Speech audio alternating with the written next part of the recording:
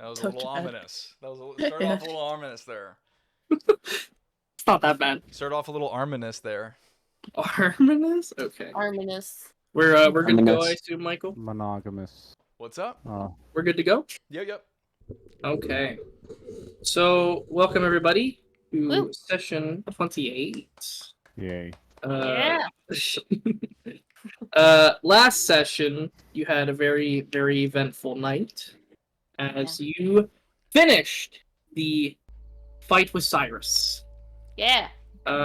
You then came back to the kingdom of Zawar and in the council's dining room to be greeted with multiple driders, a couple of dead council members, as well as the city under attack. Lascivious would try to reach out to Kapir, who said he was a little busy at the moment, which led him to believe that the city was entirely under attack. With the main capital building currently burning to the ground around you all, you handled the Driders in quick fashion, and then picked up the unconscious body of Cyrus, who now is completely handless, and proceeded to leave. On the way out, Lascivious, Michaelis, and Mabel managed to rescue Mabel's father, Magnus, who was inside of the Magnolia quarters, the little office area, with a note saying that I hope you were able to save him. I didn't want him to die. With the initials CM on the note. That only lascivious. On the way out, there was a huge scene of Driders attacking people in the city. They were running amok, burning buildings and homes. And in the greater scope of the scene, you saw kind of up in the sky and towards the rooftops of buildings, you saw the forms of Kapir, Zahir, and Lolth fighting, making an absolute playground that was Zawar. A few of you managed to think quick on your feet and help out a few people, specifically helping out a couple as well. Michaelis carrying Magnus and Cyrus alongside Mabel would make their way towards the observatory, where Bonelia and Sonnet had already made waves towards the locale, as Bonelia had a light bulb of a moment go off. You would reconvene with a couple of the NPCs from before, with the ghost kind of helping out villagers, some of the townspeople get out of Zawar as they were fleeing in droves. Eldanor would join Bonelia and Sonnet as they made their way to the observatory, being trailed by some Driders, which they swiftly dealt with. And then, as Mabel and Michaelis continued to make their way further down the city towards the path, firstly, Lascivious would reach deep within himself, trying to see if there was anything that he could possibly do and kind of consult Bane for any type of advice that he could possibly have. And that's when a symbol emerged on his chest. A very pale hand came out, followed by a woman with very long black hair, who looked at him, said, "I was wondering when you'd reach out," before launching directly into the fight, supporting Kapir, who was about to be bitten by Zahir. Alongside that, Cheshire was seen running along rooftops to get to the main consensus of the fight as well. Lascivious would then make the long route around as he saw that Mabel's family, including Zoltan and Azria, were making their way out of the city. As that went, Lascivious would take care of a couple Driders, escaping a few, until he ran into a group that was handling a couple of Driders before being assisted by Frixori. This group would later be revealed as Bonelia's former team, as everybody eventually reconvened at the observatory. Before a majority of you came, of course. Bonelia taking a swift opportunity, what could possibly be the most last minute possible resurrection, Bonilla used her raise the dead, got rid Yeah. of the diamond, and just as Charles was about to be revived, Sonnet felt your arm raise. Tekwin tried to counterspell, but failed. Oh, bitch. You would then stab your own hand. Tekwin would nullify your contract, going through the observatory rooftop, heading to Zawar. And as you all kind of reconvene closer to the observatory, you see this black feathered beam go towards Zawar and then encapsulate it in a very thick, feathery, and black/grayish kind of dome appear over the city. Eldenor would cast some magic onto the fingers to keep them preserved, stating that, hey, I'll need to keep these up a little bit. I'm not as powerful. But you all reconvened, reunited, consulted each other. Charles had some very lovely reunions with Mabel. Bonilli had a lovely reunion with her former teammates. And you've all had a moment of settling for a brief period. And as the moon reaches the peak at midnight, you hear very far off in the distance the very low rumble of thunder. And that is where we come to today. Thunder. As rain kind of begins to sprinkle around the observatory, as heavy clouds kind of pour by and begin to hit the glass that has now been partially shattered at the very tip. A few NPCs, specifically those of you that are in the, I'm assuming all of you, can see the many people that have gathered outside. Currently, it is just the 5 of you and Charles indoors. So we're going to go one by one here before the night officially takes place. Lascivious, is there anybody you wanted to speak to or anything you would like to do? First of all, I want to look and see if the symbol's still on my chest. Under my Okay. guard. Looking, just like kind of taking your shirt and just pulling a little bit, it's gone. Oh. Okay. And then, is Bonilia in the room, or did she go out to see her friends? Currently, as it stands, everybody was in the observatory when we ended. I'm just going to quickly go over to Bonilia and just be like, hey, so, you remember how I told LaRue about my last name and then she threw me out? Yeah. Yes, I remember that well. Did she say anything afterwards?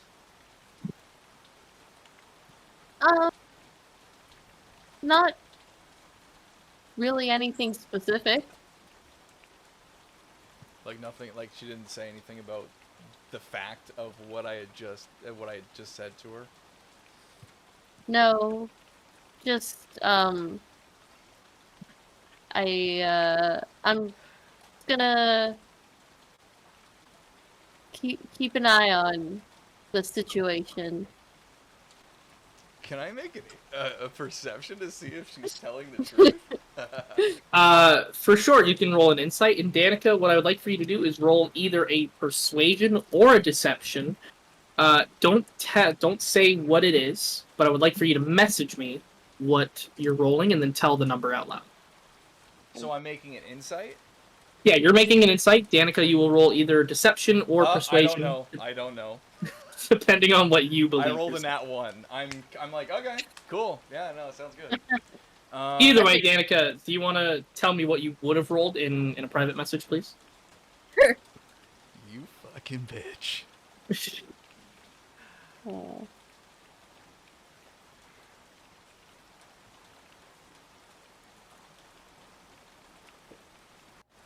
I texted you. You texted me? Okay. Yeah. And then I want Okay. to quickly walk over to Charles and be like, oh, also, by the way, I found this, and I'm going to pull out the dagger. I'd be like, can you, like, do some, magic with it and see, like, what it is? Like, I don't know. I don't have that ability, so. Charles kind of looks over the blade. I don't have my staff. I'm kind of magically incapable at the moment. I don't have my focus. Here, try my component pouch. He just kind of grabs it. Sure. Are you outside? No, we're inside. Okay. Am I nearby? Yeah. You're like right there. I'm gonna kind of point over to the couch and I'm gonna be like, your staff and bag are there. Oh, so I just take the component pouch back, and be like, go get your. I mage hand the staff over to him. Here you go. You see, he kind of like just holds the knife in his hands. I don't know if I feel comfortable with this right now. I'll look it over for the night, but I'll see if I can get back to you in the morning if that's okay. Yeah, no, take your time. I would just, you don't even have Kind to of do a- it now. I was just Not a nice thing to just come up to someone who's just been raised from the dead and go, "Here, inspect this for me." I was just saying if you can. If you couldn't, then that's fine. You could have said no. So I just. Sorry, just a little on edge is all. No, I get it. I like tap on the shoulder. I'm like, take your time, do what you gotta do. And then, I guess I'm just gonna walk outside. I've already said what I. Well, we'll come back to you. yeah. I'll I'll everybody just that chill is around. everybody that is on the map right now, you do see once you leave outside. So while we come back to you, eventually you can think about if someone is there that you want to speak to. Yeah, I'll just in the kinda, like, sit down on meantime- the couch and just be like. Mhm. In the meantime, Michaelis, is there anything that you would like to do or anybody you would like to speak with?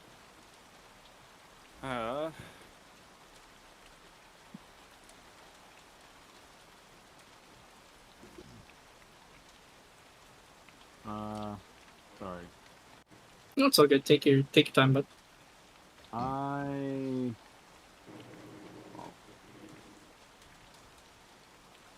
If you want another sec to think about it, I can come back around to you.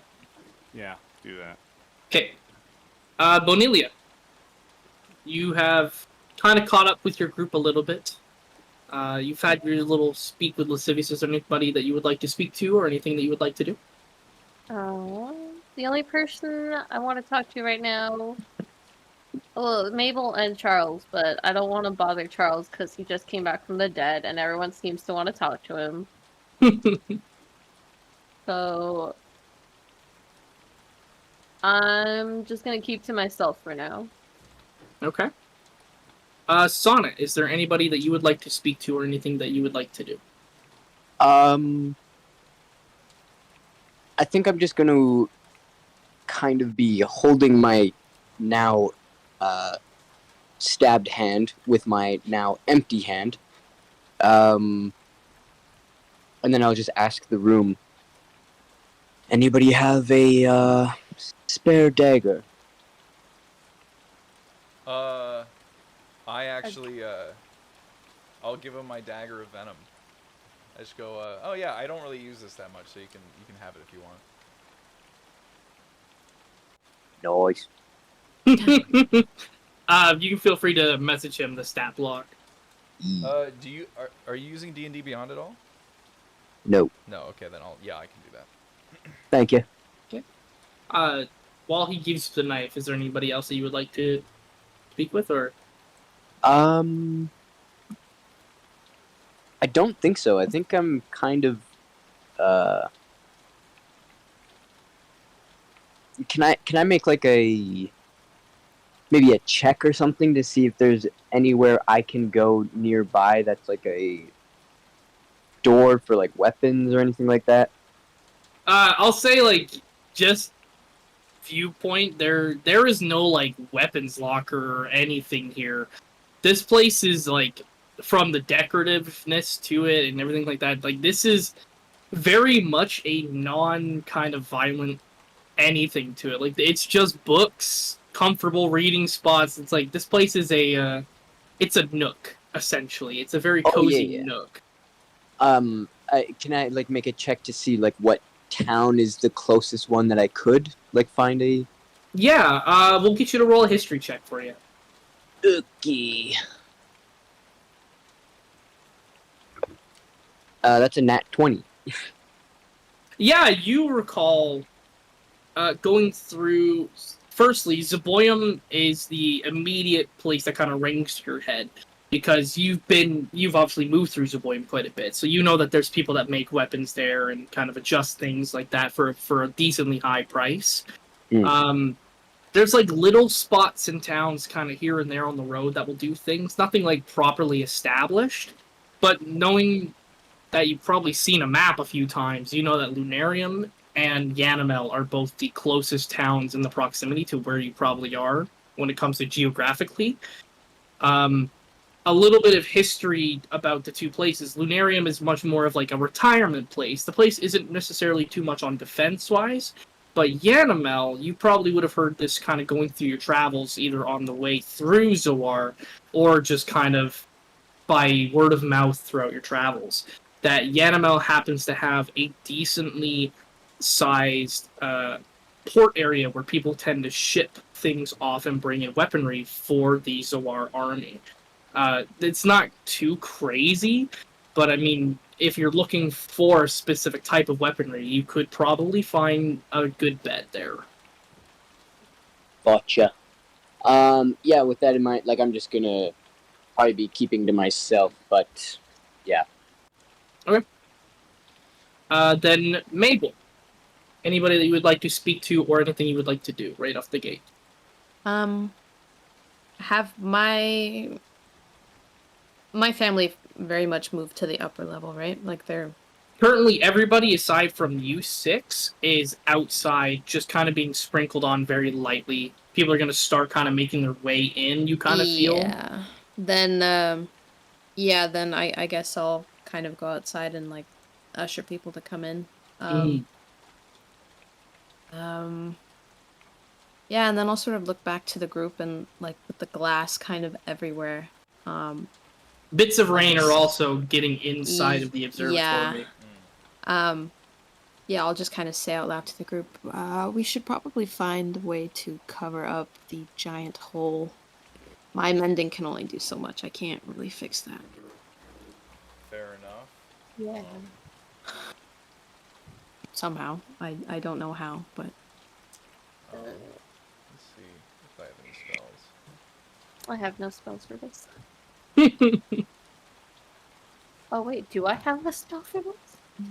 Oh, Danica? No, I don't. Never mind. Is it a thing that like opens and closes? So the observatory has one section that opens and closes. It's meant for like the Looking at the main area, like up there with the sleeping bags. Yeah. That area kind of opens up a little bit for telescopes to get a better range of the actual starlight sky. But up on the aside from that area, it's mainly a glass dome. Funnily enough, kind of covering the top. You get to see like a whole view of the sky and the stars from this type of building. And is it shattered? And is it that's what's open, or is the towards the Tekuin, center? like... Yeah. Right. There's a sizable hole from when Tekuin went straight through the glass. Well, I don't have any spell slots, but can I just like cast spider climb on myself and just kind of walk up and start like fixing it? With what? I don't know, like putting boards on the other side, like on the outside to like. There is bits of chopped wood outside, so I'd say that if you wanted to attempt to, yeah, you could. Easily you can cast spider climb on yourself, no worries. Yeah. But in order for your little handyman ship, kind of putting them outside and kind of resting them, we'll get you to roll a survival check. Survival? Okay. Yeah. I can cast web on him to keep him stuck up there. Wait a second. I don't have spell slots, but I also have. No, I don't have web. You don't need to cast web on me because I can walk on any surface now. Okay. Yeah, I'll just keep making survival checks until it works out. So, first one is 9. You kind of gather up some wood, but having not done like a whole lot of repairs for a place like this that's mainly glass, you're grabbing like soggy pieces of wood and putting it on top. All in due time, guys. All in due time. Yeah, this place is gonna get soaked. I want to sweep up the glass. Okay, yeah. There's like there's plenty of like cleaning materials and stuff like that. So if everybody wants to kind of help generalize, like move things that might be important to not get wet and Mhm. kind of take care of like little bits of tasks like that, that is fine. If if I was able to, could I theoretically mend bits of pieces of glass and fuse them together? Yeah. Oh, oh, Oh. Like you can make bigger shards of glass than compared to what are on the Yeah. floor. Yeah. I don't have a spell slot for my telekinesis, so I couldn't bring it up. Mm-hmm. Well, I mean, you have Lascivious who has spider climb right up Yeah, there. I'm already up there, So so I can just come back down. If you and can grab it. carry it, I don't know how heavy that would be. glass isn't too heavy for it. The shape will be a little awkward considering it's a rounded roof, but Yeah. it's strength-wise, it doesn't require a whole lot of muster. Okay. Yeah, then I'll spend some time doing that. It'll kind of take a bit, I imagine. Yeah, so we'll say, Sonnet, do you have any intentions on helping them kind of clean up the place or moving anything aside, or?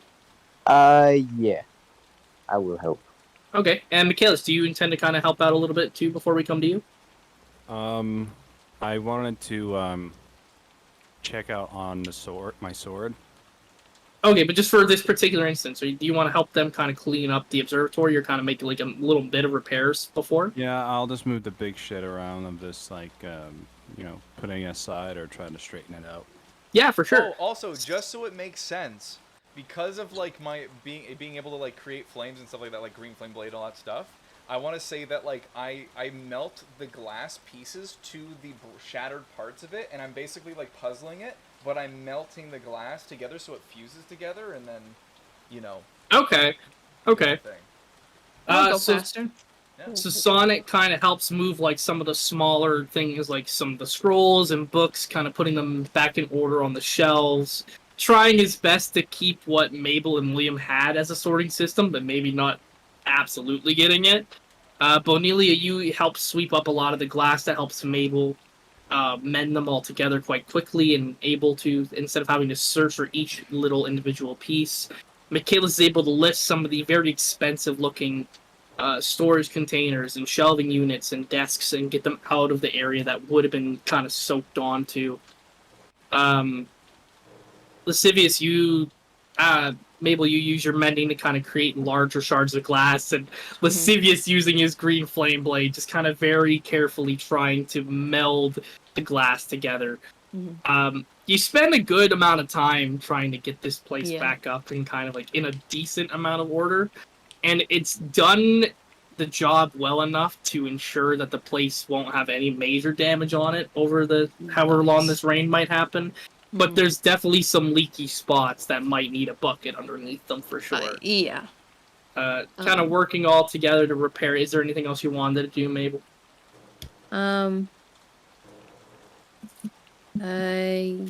Yeah, I guess just to the group, I'll just be like, are we leaving Cyrus outside? We should probably tie him up somewhere. Give him a cold. People should be watching him over the night, that's for sure. I mean, he can't really do anything because his hands are off and his mouth is gagged. Yeah. Still. Then, yeah, then I'll ask to definitely move him inside. I'll carry his body. Thank you. Okay. Yeah, and then once that's done, I'll look to the group and say, I am more than willing to stay up while everyone gets some sleep. Definitely make yourselves comfortable wherever you can. There are blankets in the back chest. Yeah, I guess just find wherever's not wet. As you kind of bring that up, some of the other NPCs begin to kind of make their way inside. Yeah. Ian, you mentioned you wanted to commune with your sword for a moment. What were you? What did you want to say to it? What I want to do first, and I don't want people seeing this, And I want Michaelis just to very casually, like, he's gonna run his thumb across the blade so he cuts himself a bit so he gets a bit of blood on the blade. Okay. And he's gonna try to intently think, I guess you could say, to try to communicate, because the last time he was able to speak to him through his head, right? So. Mm-hmm. Running your finger along the blade, you do get like a very small nick, but it almost like you feel the pain of the nick, but the actual nick itself isn't there.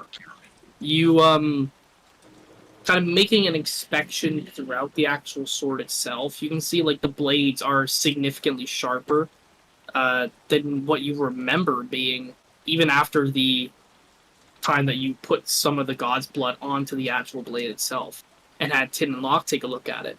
Like, the blade was much sharper then, but even now, the tips are becoming so much more fine. I'm gonna ask it if simply like, are you getting your fill pertaining to the driders that Michaela slaughtered? You hear just like a very quiet kind of voice. For now. Ooh. What a little goofball. How long will you be satisfied for? I guess that remains to be seen. Dang. Michaela's eyes, and he just tries one last time. Ballpark? Like. He says ballpark. Ballpark? What the fuck? You know what the saying is, right? Like a Yeah. ballpark. You figure. just see it, you hear in your head goes, what do you want, like 4 business days? Well, certainly would help because I want to know if and when I be able to expect you, kind of mutually helping me out. But sometimes there be times for asking for cool heads. And last time, I left you. You decided to nearly kill 2 people. Like, I wouldn't necessarily call them people. They were robots of a sort. the beings. What's a robot? If Warforged, you if you would like to know a specific time, I do not know. But you shall hear from me again whenever I hunger. That will do. Oddly personable. God. I must after I'm done that, I must like look around just to make sure nobody else is. Do I notice because I'm on the roof? You're too busy melting the glass. I'm gonna put the sword back on my back, and I'm gonna carry Cyrus's body to wherever. Okay. Yeah, you bring him inside.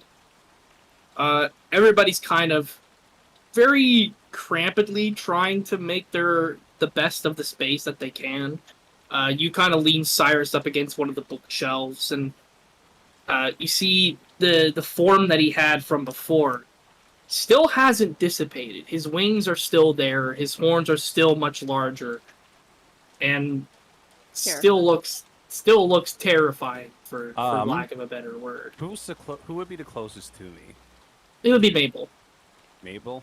Mm-hmm. I'm gonna turn to Mabel's like, Mabel. Yeah. Quick little thing.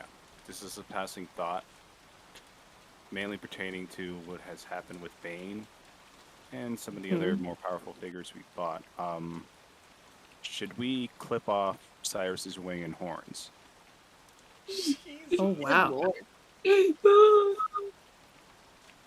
Are you thinking that's going to?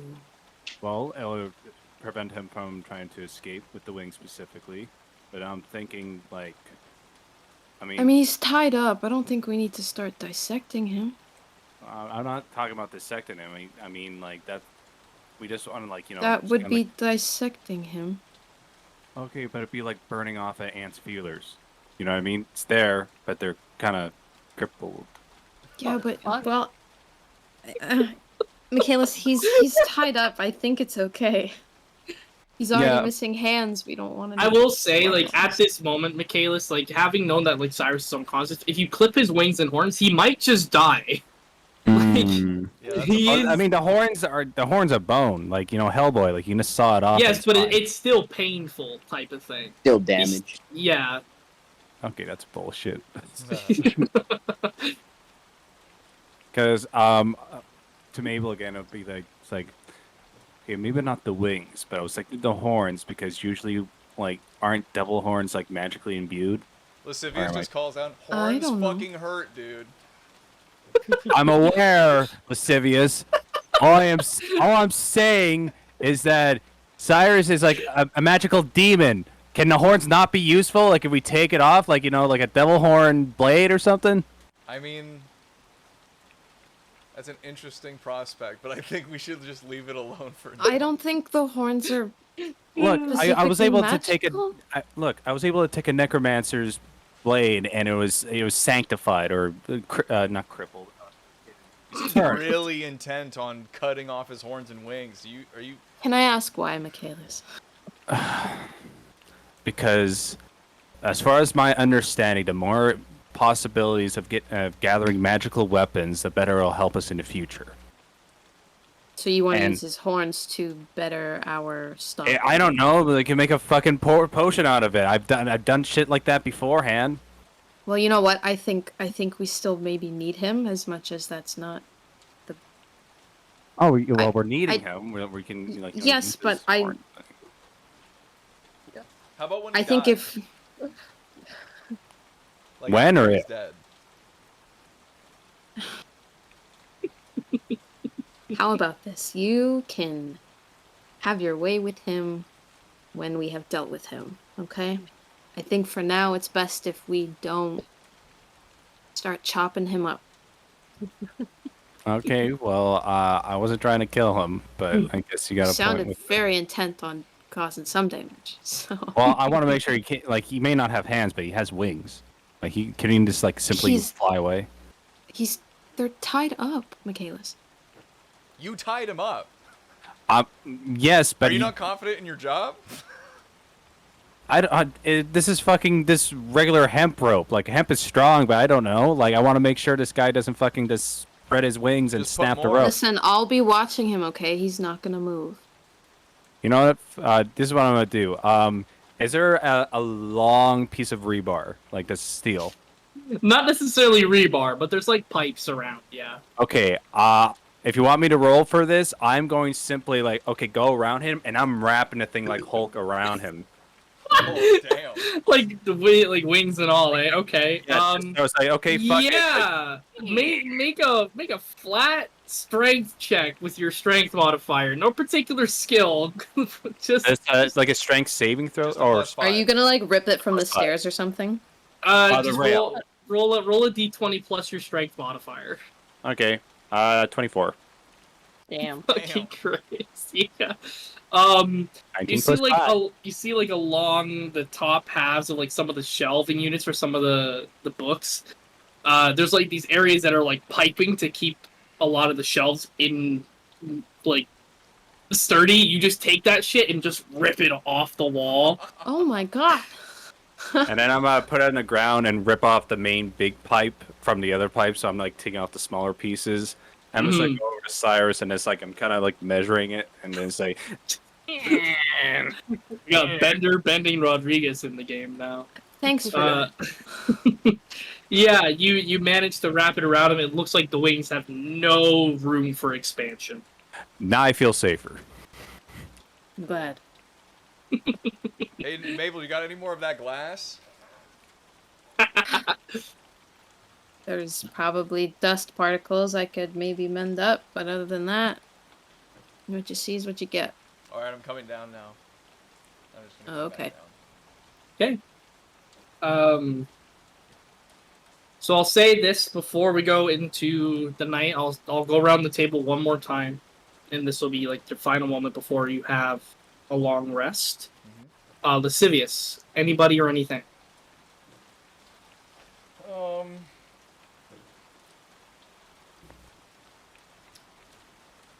there's no reason for me to approach Mabel. I'm just gonna go up to Azria, I guess, and I'm just gonna be like, hey, how you doing? So you see, like, Azria's kind of like leaning against one of the bookshelves, and she's just inspecting the leg like quite intrusively. Mm-hmm. You can see there's still remnants of like some electric sparks kind of traveling throughout it. Whoa, She what's kind of that? looks. She kind of looks at you and goes, I don't know who your friends were that made this, but this has some pretty nice heft to it." Oh, it was these two Warforged dudes, Tin and Locke and Zaboyam. That's I'm actually incredibly impressed that someone's able to make something like this out of what is considered to be the poorest region in our entire nation. That's Yeah. They don't like us right now because of Michaelis, so I don't know if they'll do it again, but you got lucky. She just kind of walks up to you, kind of like puts her arms like around your neck, I like. and just kind of, and you see she just kind of like keeps her eyes like pinned on yours, and she's just, luck is one way to put it, but I think there was some skill in the matter that you're refusing to acknowledge. And then she immediately just kisses you Oh, before you could shit. say All right, anything. touching lips. Oh. I kiss back, of course. So fucking Mhm. weird. And I kind of go, you won't believe what happened. What happened now? I summoned a demon out of my chest. You see, she just kind of like looks like her eyes were at yours, and then she just looks down to your chest, and then looks back up to your eyes again, and then back down to the chest and then back up.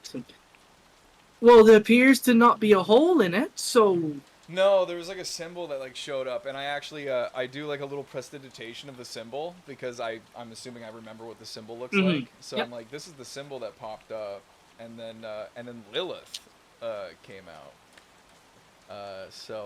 And also apparently I share the same name as an ancient demon that kind of just was like the only being ethereal being in existence that just kind of happened to be a thing all of a sudden. So you see she just kind of like, you see her eyes have kind of like gone slack, like just kind of looks at you and goes, she just kind of like gives you a very gentle like pat on the cheek and goes, I don't know what the hell you are, but you're something. To have all of this happen, I don't even know where to begin with you. I don't know where to begin with me either. I'm pretty overwhelmed by the whole thing, I'm gonna be honest. But Step by step. You'll I don't know if you've gotten any insights about what's going on with it all and what it means, but you've gone everything step by step so far. It's gone pretty well for yourself. I clearly annoyed Lilith, so that was pretty cool. She just gives you like a small little fist bump. Yeah. Like, pretty sick. you're pretty sick as a whole. So Thank you. I don't suppose you knew that about your dad, that he's very clearly You a see- demon or something. You see, she kind of like pokes her head like around the corner and looks at Cyrus. And kind of pokes her head back around. Goes, well, considering I am a tiefling, it wasn't out of the question that I had demonic heritage, but Right. to be a direct descendant of one is a bit of a new revelation of sorts. So that's interesting to say the least. Although I'm surprised nothing ever came of it earlier. He was just a man with horns for most of my life. Right. Do you know what you want to ask him? You see, she kind of like looks past you again and looks at him, like just intently. purposefully, like, you see that she's not paying any attention to you as she's got her eyes on Cyrus at this particular moment. Yeah. To be completely honest, I'm not sure if I believe him about what happened to Mother, but that's one thing that I could always ask. But other than that, I did pretty well without him around for most of my life anyway.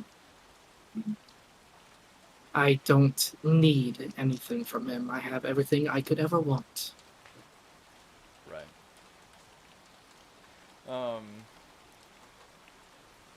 Because we might end up killing him. I don't know. She kind of like takes her eyes off of him and looks back to you.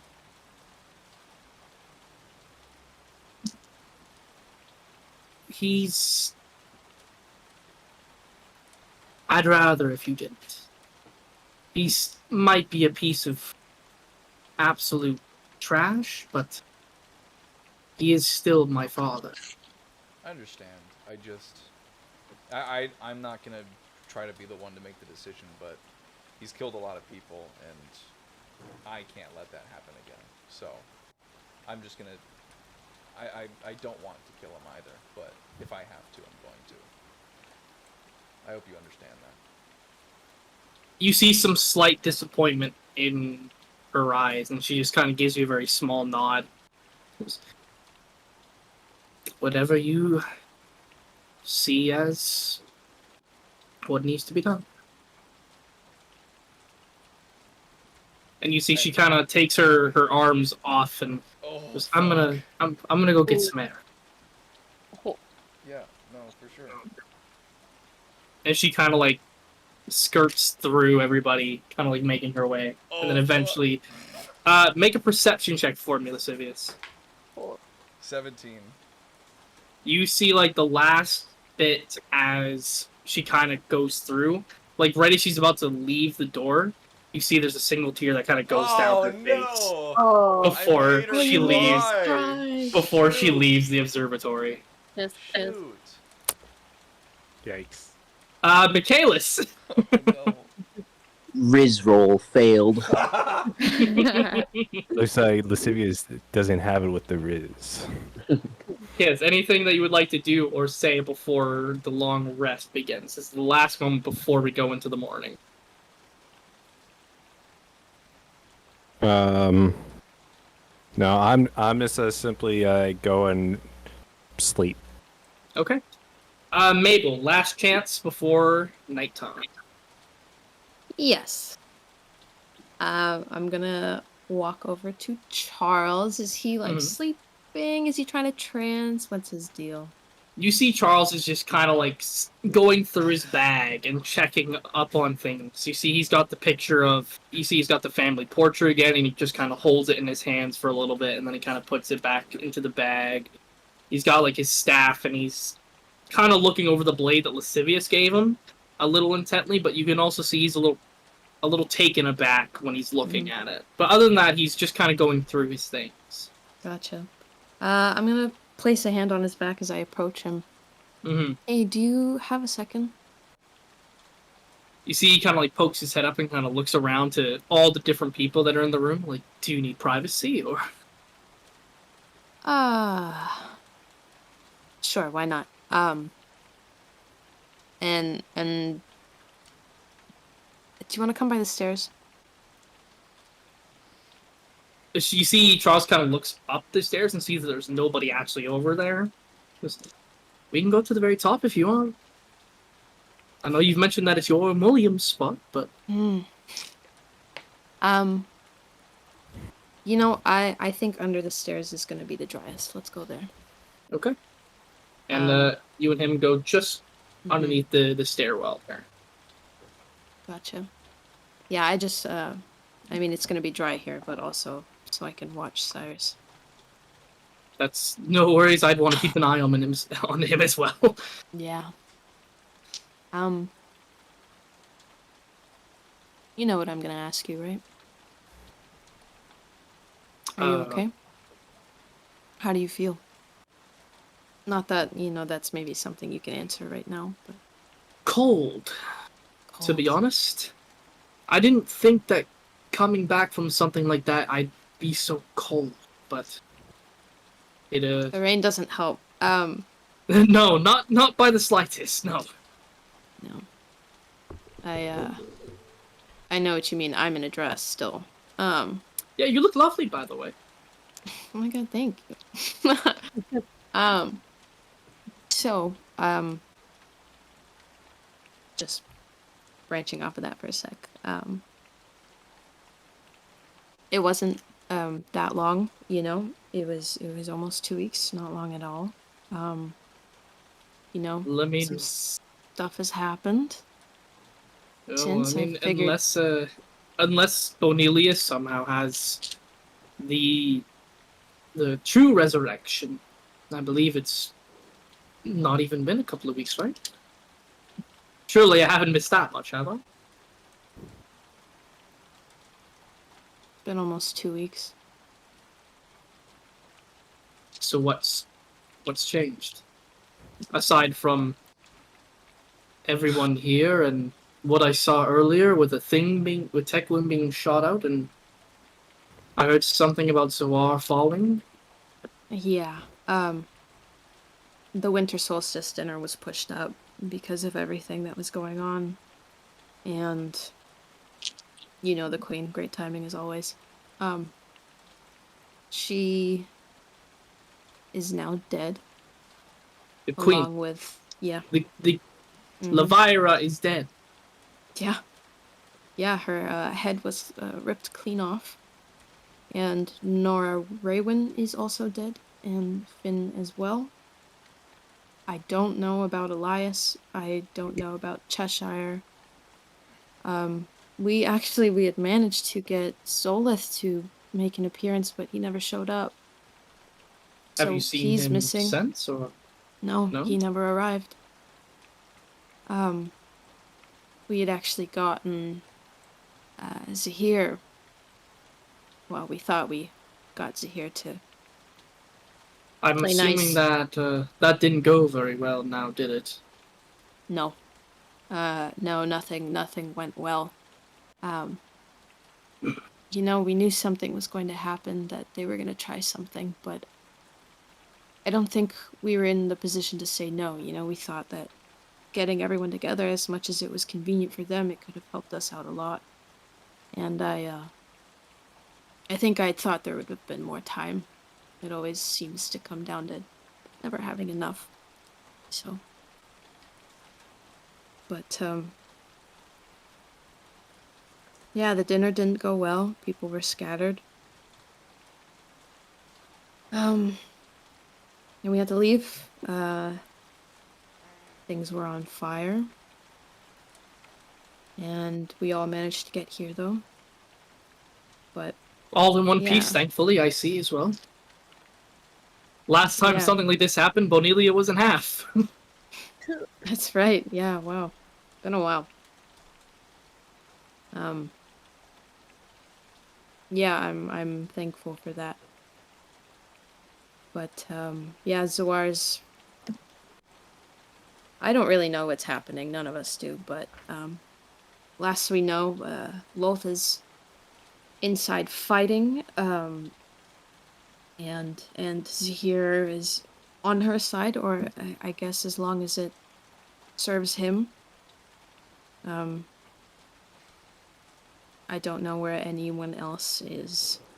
Well, I mean, obviously, as you know, there's rumor of Adonis and Kaelus's mother apparently being in Yenamel, but yeah, I don't know. Are you alright? This is... I know you just rapid fire caught me up, but I mean, this is a lot. Are you okay? I'm okay. I think you always find your way back to being okay. And I Takes think it'll time. be fine. Takes time, but we'll get there. Mm-hmm. Did you see my house? I'm hoping you saw it. Yeah, I saw it. It's I wish... not... probably not in the best repair, I'd imagine. Oh, you know what? It was actually... it was in pretty good condition. Some dust, but everything was fairly intact. I'm afraid there might be a little damage as of now. But that's Tale for another time. things just happen. Tale for another time. Yeah. I'm happy that the house was pretty intact. My mother and mom and dad were a bit of family favorites in the town, so I'm very thankful that the town decided to keep their legacy and honor by Yeah, keeping they the house seem in to good have repair. respected it. I wish I could have met them. So do I. So do I. And your brother. Was he still there? Sorry, what? Was he still there? What do you mean by that? When I was banished and sent to Imperia, the council were supposed to send some group to help with what Odeon became. I'm assuming he wasn't there and it was taken care of.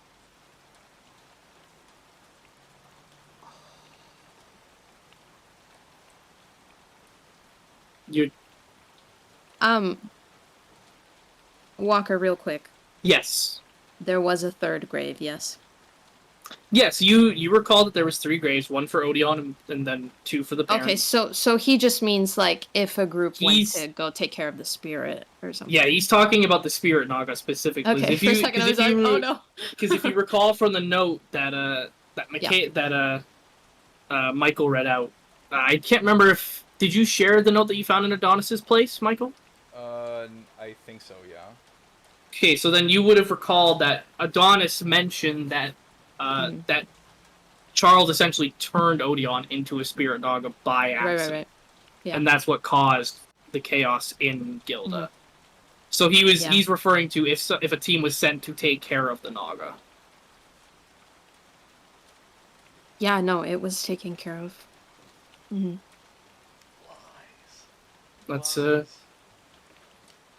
That's good. For a very long time, I was tempted to try to sneak back in just to make sure, because the council are smart, and I'm sure that they would follow through on their promise, but it didn't sit right, and I did want to say a final goodbye, because I was removed rather abruptly. So. Yeah. Not a fan of how that happened. Mabel is going to reach into her journal and she's going to flip through the pages. He might see some familiar doodles of the Banishment Realm stuff. Maybe some outlines of what looks like poems. Little doodles of like constellations and stars and stuff. And at the very back, she has kept the photos of Charles and Odeon that she took from the house that were in the basement. And the letter is there as well, but you know, she's kind of not really trying to show that, but yeah, I'd imagine he'd see it. And she's gonna hold out the photos for him to take if he wants. You see, he kind of like takes them both very, very carefully. These photos are very old, so they're very frail, even with like amending to them. So he takes them very, very carefully, and you see he kind of just tucks it into like the inside chest pocket of his coat. And you see there's like a little bit of hesitation to him, but you see like a little bit of like tears begin to well up towards his eyes, and he just kind of very gently takes you in for the hug. Just thank you. I didn't know if anything was going to come out of that house.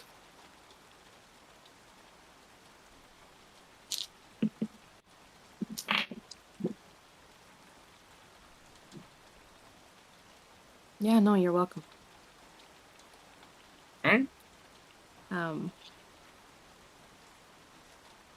With that, I'll say it's okay unless anything else.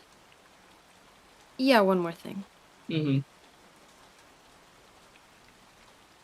So, listen for a second. Okay. There's this thing that you say often. You know, the one that you say to me all the time, and I would always ask myself, why is he always asking me this? It's like he's doing it on purpose. And, I mean, you know, the answer was always going to be always. I was just confused.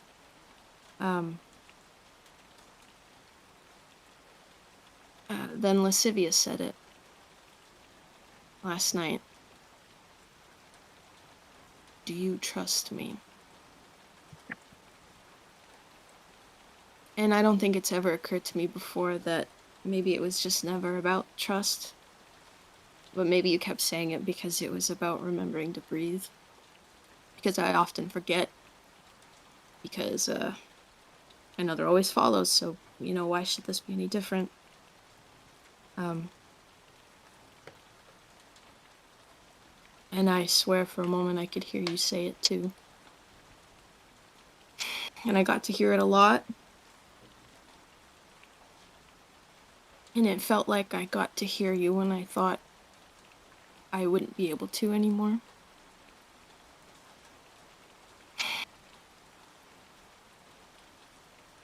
You were always around, I think I could just never see you, but this is so much better. And then there was the dream. I mean, you know that we don't dream, right? And that's just not a thing, and I'm sorry. and the nightmares for me. Sorry, did you say dream? You said it yourself. We don't dream. We're elves. We don't. What do you mean dream?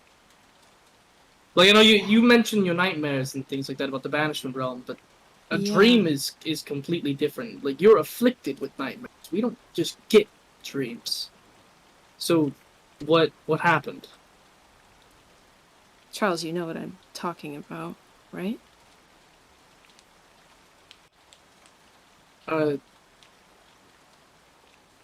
Tell me what happened with you.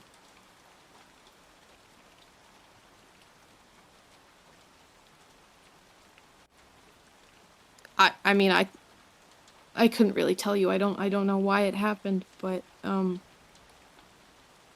spoke to you. And I know it was real because it felt real.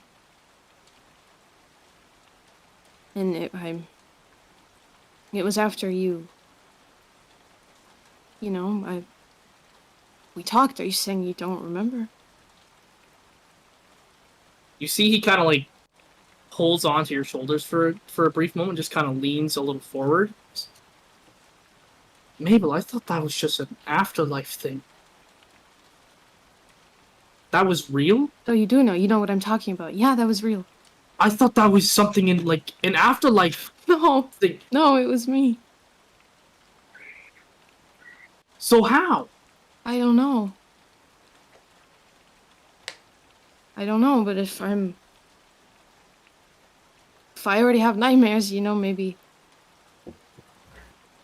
No, actually, that's not... I don't know. It just happened. You're the only... This was just a one thing, right? Just once? What do you mean? Yeah, I think. What? Because the afterlife for me was strange. I was in my library, and I was doing things that I would normally do when I was alive, and then suddenly you were there, and I thought that was just part of it, but then you were gone, and you never came back. I thought that it was something that would just be on a repeating cycle, but you were there once, and then you were gone. So, did you didn't die? No. No, I didn't. So how did you end up in my afterlife?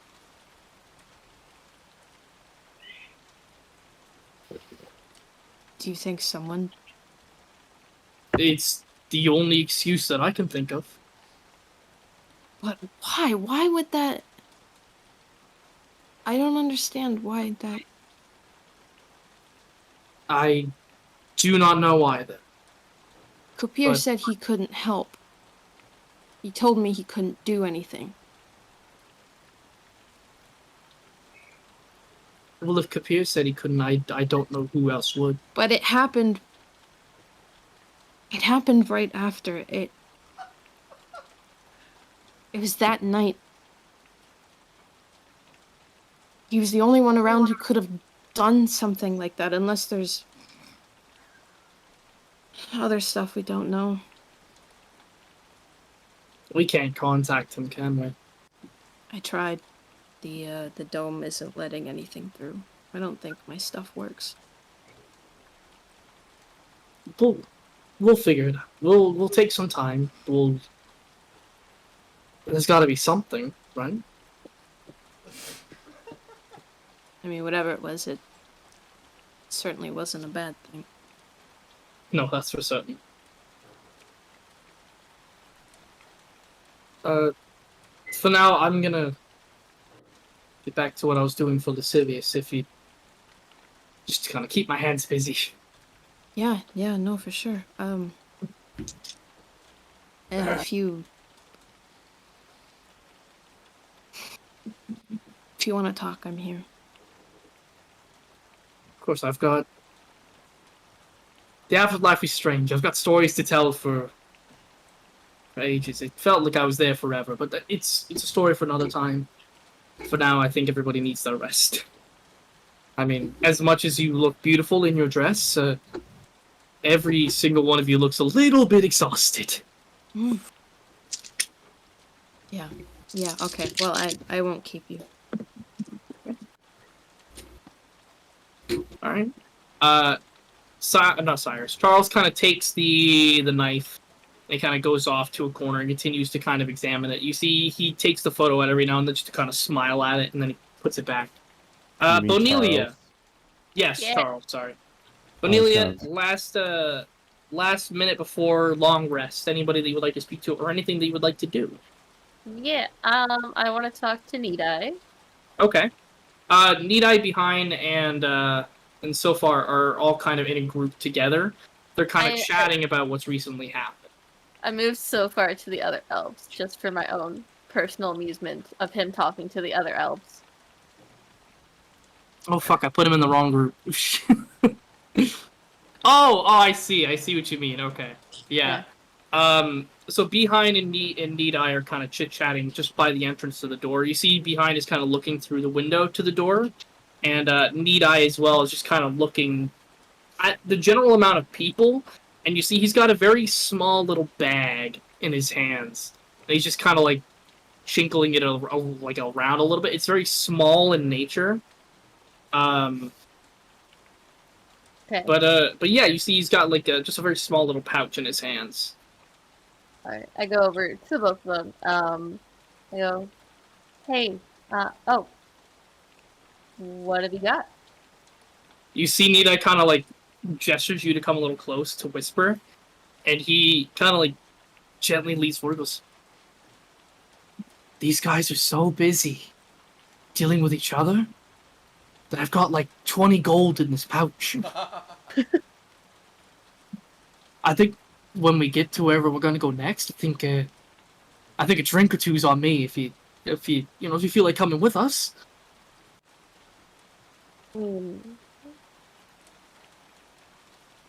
I'll get back to you on that. Are you doing alright? You seem to, even as a skeleton, your grace hasn't really faltered at all, has it? It, wasn't there for a bit to begin with, honestly. But I feel more myself. Do you have all your artifacts back, or? No. No. I don't really have anything from back then. Well, I mean, we put it at... You never checked around where we buried you at all?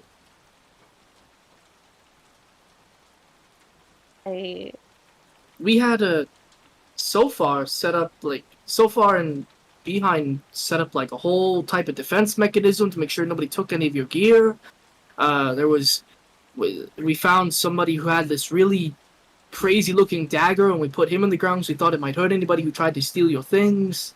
We buried you by the one tree that LaRue had planted years ago. You guys What- set that up, did you?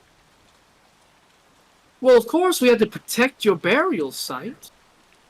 You see, behind kind of like patch on the shoulders. So we couldn't just leave one of our good friends to be just left in the dirt. You were an incredibly powerful person with incredibly magical gear. We couldn't just leave that lying around.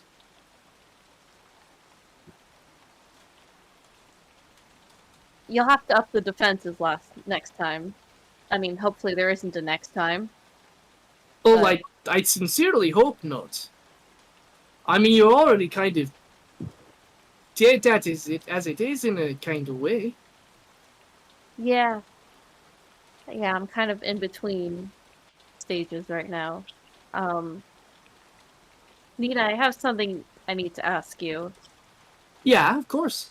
Your patron, Yeah. you About know- him. did you know this was I gonna- didn't. I kind of just have a pact with him. Like, I do some things for him here and there. He gives me some magical powers, Eldritch Blast and all that. I don't really have control of what he does, nor does he keep me in the loop for what his plans are. I just kind of do some stuff for him. Oh, okay. I had no idea anything that's happened. Okay, my hands may be dirty sometimes, but they're clean in this scenario. They're clean. I didn't do nothing. Okay. All right. I mean, I didn't think that you would have allowed this to happen if you'd known, or you would have, I would done have something tried if to have. Yeah, I would have tried to do something. When I saw him in the city, I attempted to talk to him, but he said he had something else that he was busy with, and that he'd talk to me some other time. But I haven't even heard from him since what happened, so I don't know if I'm ever gonna get that call. To be completely honest, I wouldn't be surprised if I lose my patronage. I wouldn't be surprised if I'm no longer a patron after a certain amount of time.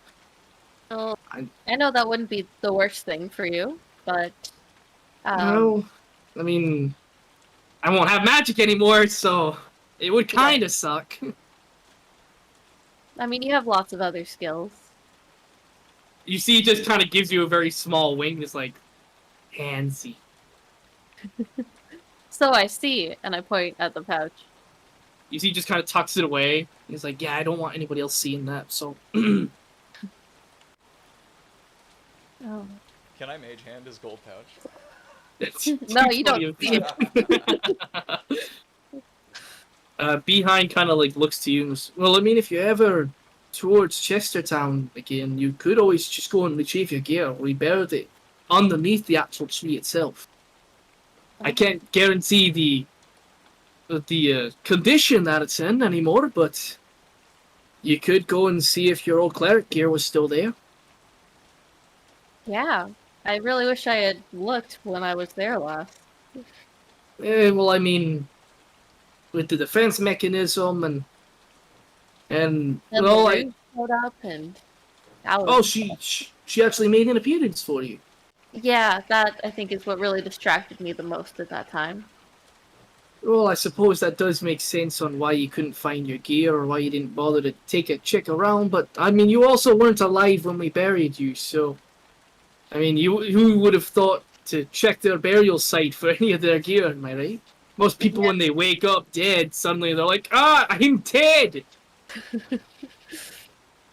Yeah. Yeah, that was.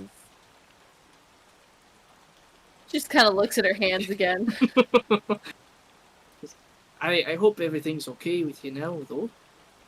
Everything's, for the most, well, besides the gods trying to just fight and destroy the world, everything is going pretty okay. I'm very happy to hear that. You see, Nita just kind of like he goes to like reach up for your shoulder, but being a halfling, he can only kind of get up to just like about your like mid arm.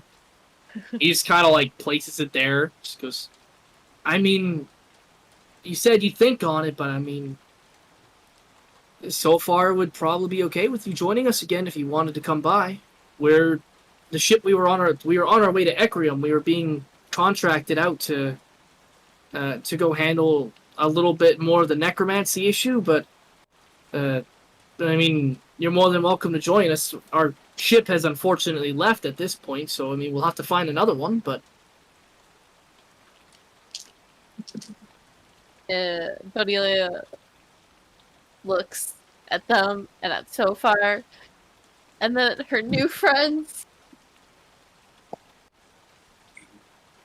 I mean, you don't actually have to come with us if you don't want. Like, I understand if you've been with them for a while and, you know, you want to explore the avenues with them.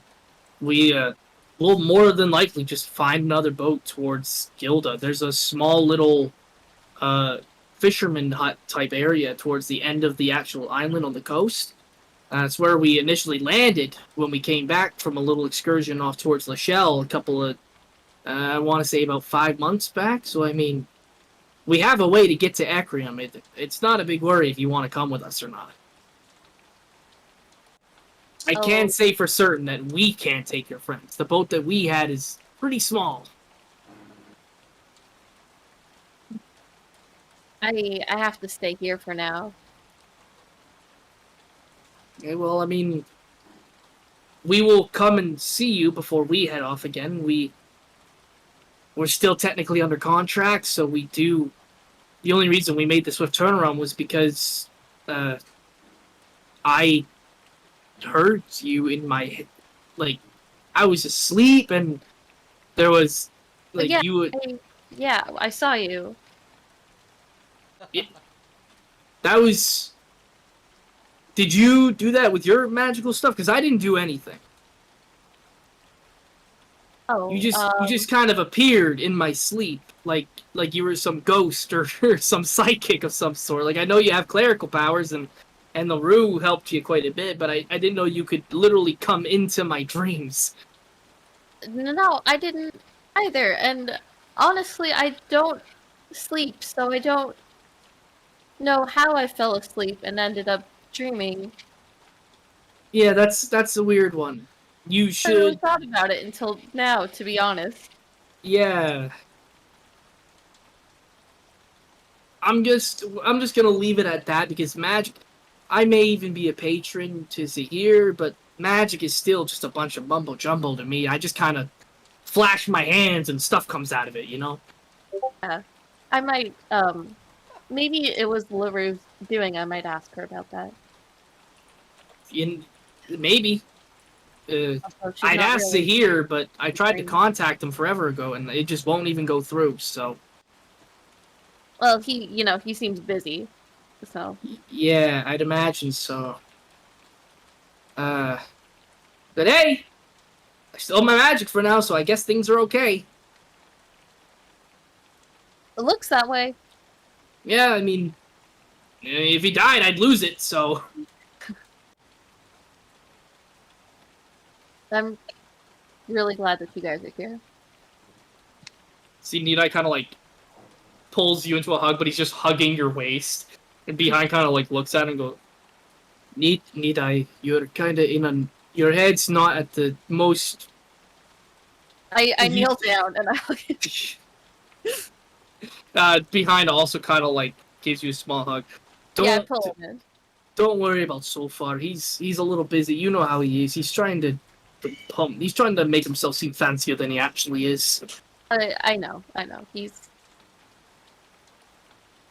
It'd be fun to watch him, but I know what he's like with other elves. Pretentious little prick. We're gonna catch up on some sleep for now, though. Thanks for checking up with us. We'll talk to you in the morning, I assume. Yeah. Have a good sleep. Sonnet! I'm just chilling. You're just gonna chill, going to bed for the night? Yeah, I think All right. like almost weirdly determined and kind of just to himself. Yeah. Okay, cool. Mabel, with Sonnet about to kind of like go off to bed and you kind of doing your own thing, do you two kind of pair up or? I guess seeing him sort of do his own thing, I'll leave him be. But I would like to then grab the blades from Cyrus. Okay, yeah. Mm-hmm. Pickpocketing size. I go to Michaelis, but he's currently not here at the moment. Kind of reaching into like his waist pouch and kind of stuff like that. You can pull the daggers out of their hilts, and you can now add the songbirds, the wren and the raven, to your inventory. Is They there do, anything else in his pocket? Actually, yeah, give me the stats real quick. Yeah, so it is just so for hitting, it is your dexterity modifier +2. So that is what it is to hit. Mm-hmm. And then the damage itself is 1d4. And then as a bonus action, when you have as an action, you can throw one of the songbirds, and then as a bonus action, you can teleport to the one that you have thrown. And they have a throwing distance of optimal is like a ranged attack is optimal between 60 and 80 feet. Anything beyond that, you're throwing at disadvantage. Anything earlier than that, you're throwing at disadvantage. Damn, that's far for a dagger. Gotcha. Yeah. Goodness gracious. Is there anything else in his pockets? Going kind of like through him, like aside from like a little bit of gold, like very, very little. Like you see, he's got 3 pieces of gold on him, and that is I'm talking it. butt pockets, vest pockets. I know. hidden I'm pockets. getting to it. I'm getting to it. As you kind of search throughout him, you'll find the 3 gold pieces. You'll find the songbirds. You'll see like little bits and pieces of what looked like a map that were kind of going from different locations. You see that there was one that was a heavy spot in Volum. See, there was one that was a particular spot towards the boy, which you can kind of piece together was the mine shaft. Mm-hmm. And see that there's a very large circle over where what you would assume geographically would be where the observatory is. And then lastly, you do see there's one very large circle with an X on Imperia specifically. As well as in his chest pocket, you see there's a picture that is very, very crumpled up, but looks to be in somewhat decent condition. But you can tell it's kind of crumpled up from him falling down and stuff like that. You see a picture of Cyrus in the form that you've seen him in most of the time, wearing a kind of like very nice suit kind of vest with his hair slicked back. His horn's much smaller. Wings aren't there. You see a very small tiefling with her hair kind of like cut to about shoulder height. It very looks like a home job that was done with like a pair of scissors. Nobody really professionally cutting it. And some very small goat-like horns kind of just peeking out, maybe just above headline area. Dressed in like some very, not elegant, but kind of like smallly pieced together, like upper middle class kind of clothing. You can kind of tell just based upon the features that this was probably Azria when she was a very, very small child. And then beside her, you see that there is a small kind of a smaller standing human woman, ranging about maybe 5'1", 5'2" at max. She has this very bleach white hair, and in this particular image, could be around the age of 40 somewhere, but she looks very sick. Okay. Cyrus is Michaelis' dad. Confirmed. Or Lilith was Cyrus' wife. Okay. I'm gonna stare at it. and I am going to put the picture back in his pocket. And I am satisfied with what I have found. Okay. And I'm going to go and sit under the stairs and stare at him all night. Okay. Ian is still gone, so that's unfortunate, but I'm gonna say for now, if he wanted to do anything, he can tell me when he comes back. Can Lascivious quickly Um, do something? Because he's not going to be able to sleep until he gets this resolved real quick. What's that? Very quick. He just wants to talk to Azria real quick.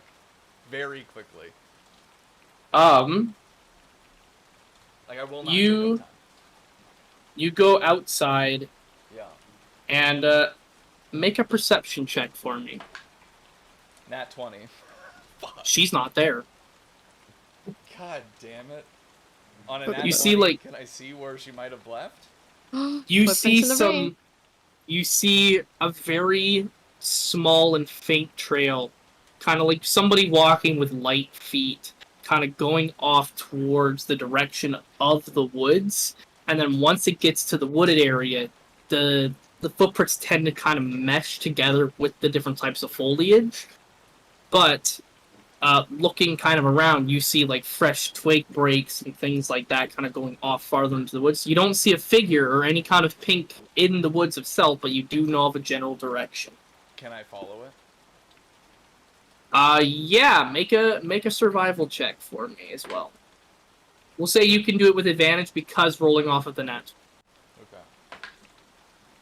Oh, the first one was better. 15. A 15? Okay. Kind of making your way through the brush, kind of like getting some twigs out of the way, large bushes, moving them aside, taking your dagger and cutting some of the thicker stuff out. You see there's a cliff face that kind of just spreads out to not necessarily the ocean, but you do see the ocean super far off in the distance. Going off your nat 20 perception as well, you see the faint glow of a town far off in the distance that has what looks to be a couple of boats kind of coming in and a couple going out. You see the faintest little footsteps kind of go towards the cliff face, but then they just stop. Not at the cliff face do they stop, Yeah. but like probably about, I would say 20-25 feet before the actual cliff face, they've stopped. I cast message and I go, Azria, can we please talk? You don't get a message back. Oh, fuck. Something went wrong. Something happened. Can I message Lolth?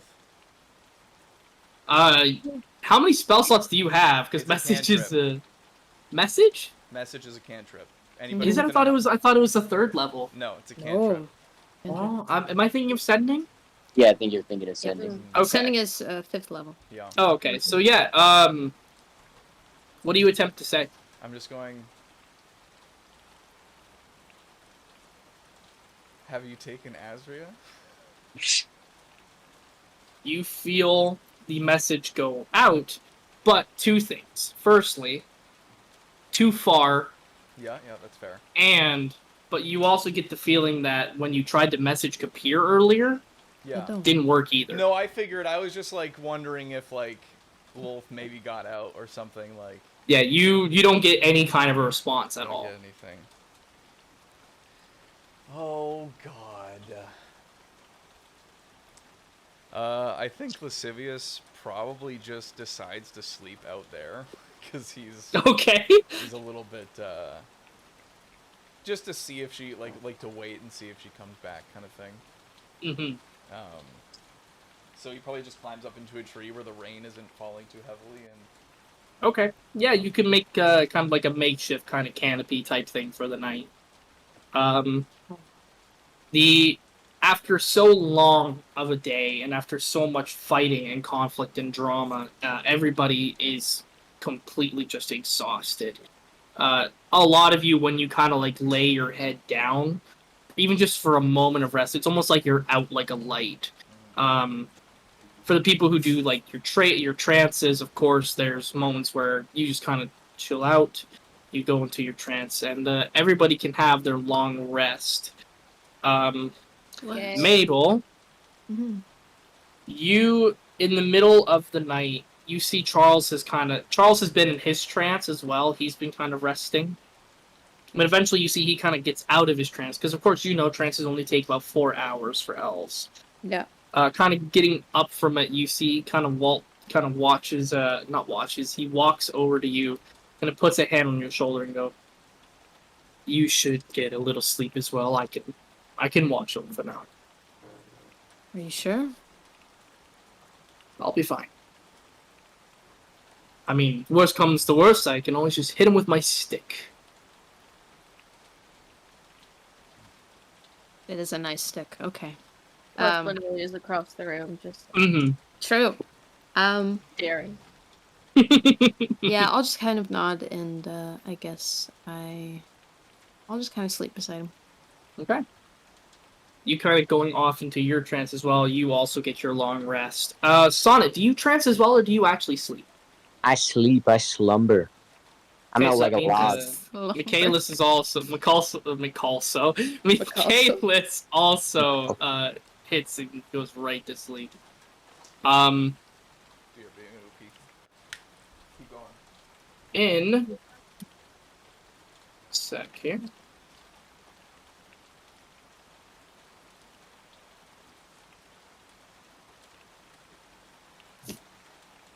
In the morning, as you guys kind of wake up, I don't know why campfire's there, but if I go for this one here,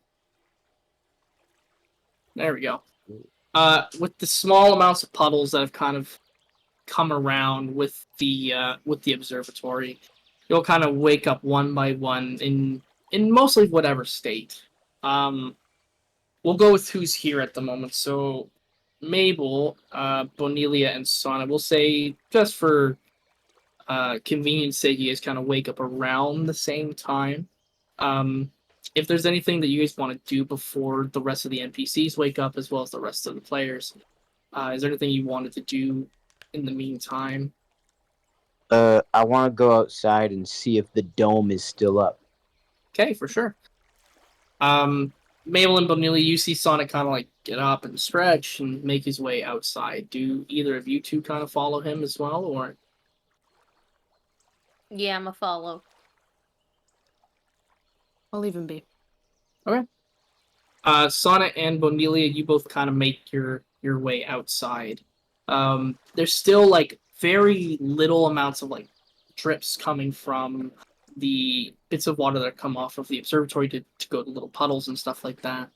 Looking over towards to where Zoar is, the observatory is on a very large hill, so there's a large amount of area that you can see past, with the exception of some rocks that are just around the behind area. Looking to Zoar, the dome is indeed still there, and it is. You could not miss this thing probably from across the waters towards Imperia. Like, this dome is very, very large. I'll just kind of turn to Bonelia, and I'll just ask her, "Do you think they're still fighting?" I don't know if gods get tired.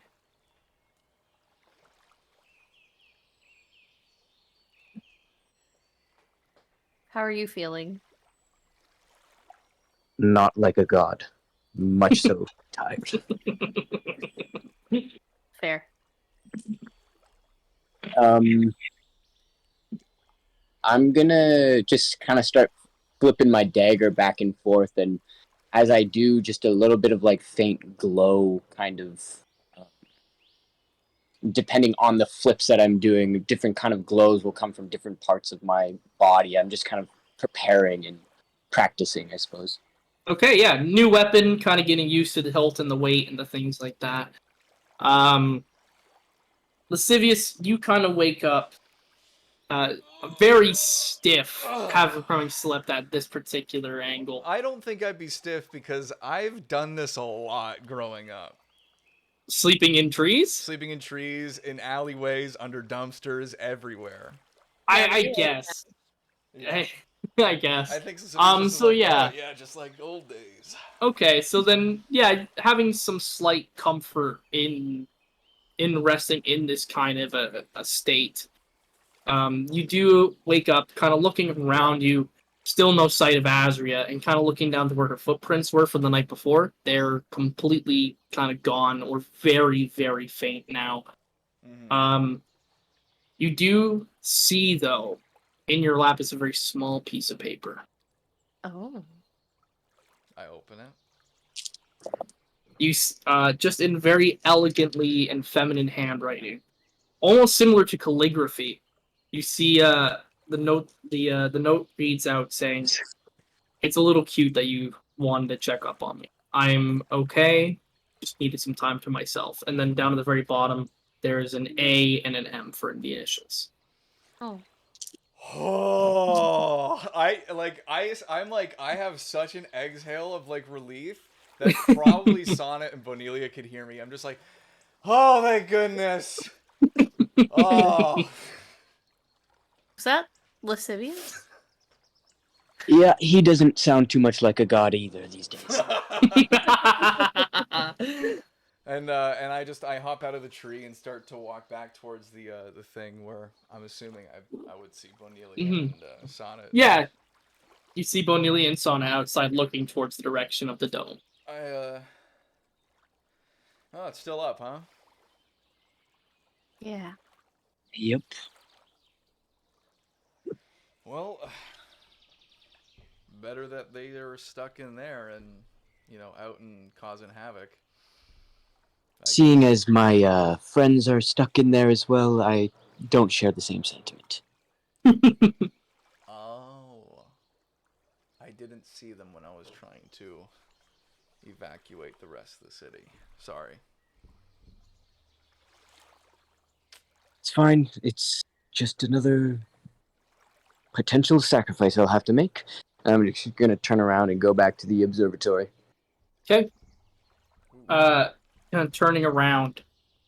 Mabel, you see a few of the other NPCs kind of like begin to wake up. You see like Eldenor, Zoltan, and Frixori kind of like getting themselves kind of prepped up. Frixori's kind of stretching her shoulder. Zoltan is getting like a very, very big stretch in, like just like taking up way more room than he should be in how cramped of the space that it is. You see Charles kind of like stretching and moving about. Still kind of has his eyes on Cyrus as well. You see, in fact, he's got a very small quill and is doodling something in a notebook. What's he doing? Charles kind of like looks over, just kind of points the page to him, and you see it's such badly drawn, like it's almost equivalent to like a Stickman version of Cyrus, with like the code is very clearly way too large, the horns are way too misproportionate. Just because I had to pass the time. This is really good. You ever thought about doing this for real? Kind of like looks at it and looks to you. You could frame it. Yeah, I'd put it on my mom's fridge if she was still around. What's a fridge? Oh, okay. She doesn't know how to react to that.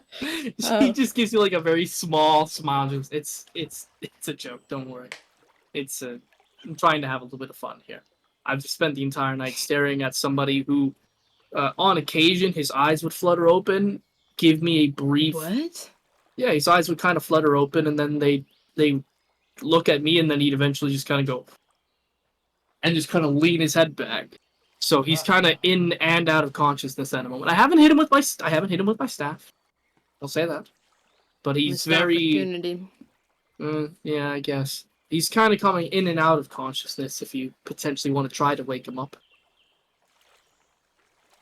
I guess we have to at some point. Yeah, you know what? Keep doodling. I'll make some rounds. And then we'll see what we do. Of course, AC just kind of goes right back to doodling. He's got like he's now added like very badly drawn wings too. Like they're way too long, and the little webbing to the wings is way too short, so it looks like almost like a piece of like bark hanging attached to him instead of a wing. I love that. As you kind of make your rounds, checking with the other NPCs, Zoltan kind of like stretches and gives you a small little nod. Eldenor kind of gives you a nod as well. Frixori kind of looks at you with a little bit of sadness, knowing that what Sahir had done. Behind and Nidai kind of like give you a small little gesture. Nidai kind of comes up to you and like goes to very gently kind of grab your hand and goes, "I am so sorry about yesterday." No, that's okay. I was just, a little startled, but I don't mind hugs. So it's all okay. Yes, thank you for being so just. It was a tough moment.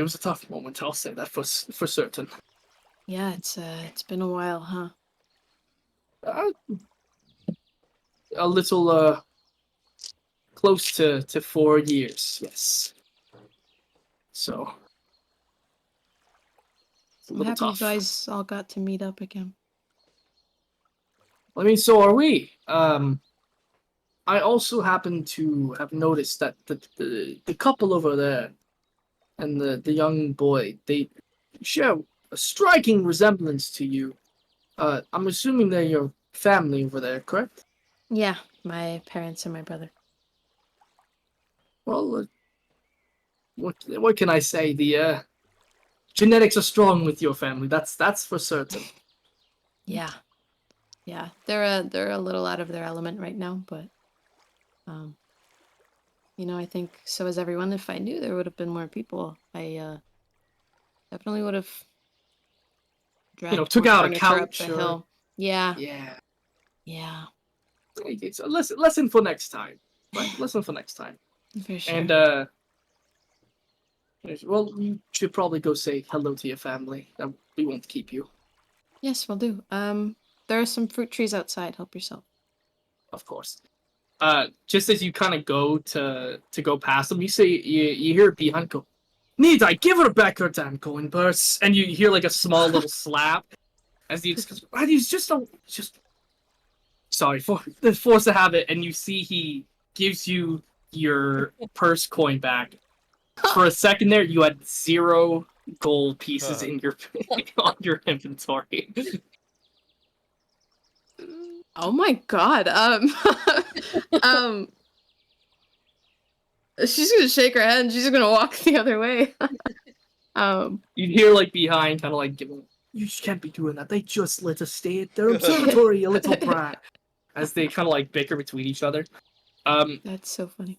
Going past them, you see William, Amelia, and Magnus are kind of standing up, and the drow from Bonilia's group as well is standing there, conversing with them a little bit. You saw him kind of there with them the night previous, kind of doing a small little chitter chatter, but you see now he's like fully involved in a conversation with the 3 of them, and you see the 3 of them are not having it. They look so annoyed. Oh jeez. And I noticed my father's awake.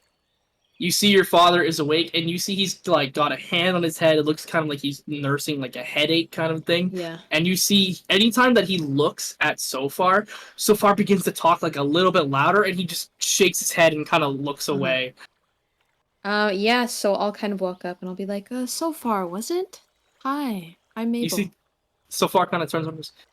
"It is so lovely to finally have you meet me. It's absolutely a pleasure." And he kind of reaches his hand out and forcefully grabs yours and covers it with his own hand. "My name is So Far So Good. It is very lovely to be in your observatory. I have some remodeling tips if you would be open to it. I've been here talking to your family about the potential for rebuilding their home and having it be much more large and extravagant. I have a manor far off towards the Volum region. You've never seen it. It's fine. I've been desperately trying to help them confirm that Uh-huh. that they would pay me, and I would give them the blueprints for an excellent manner, and maybe you can talk some sense into your parents. Oh, some sense, some sense.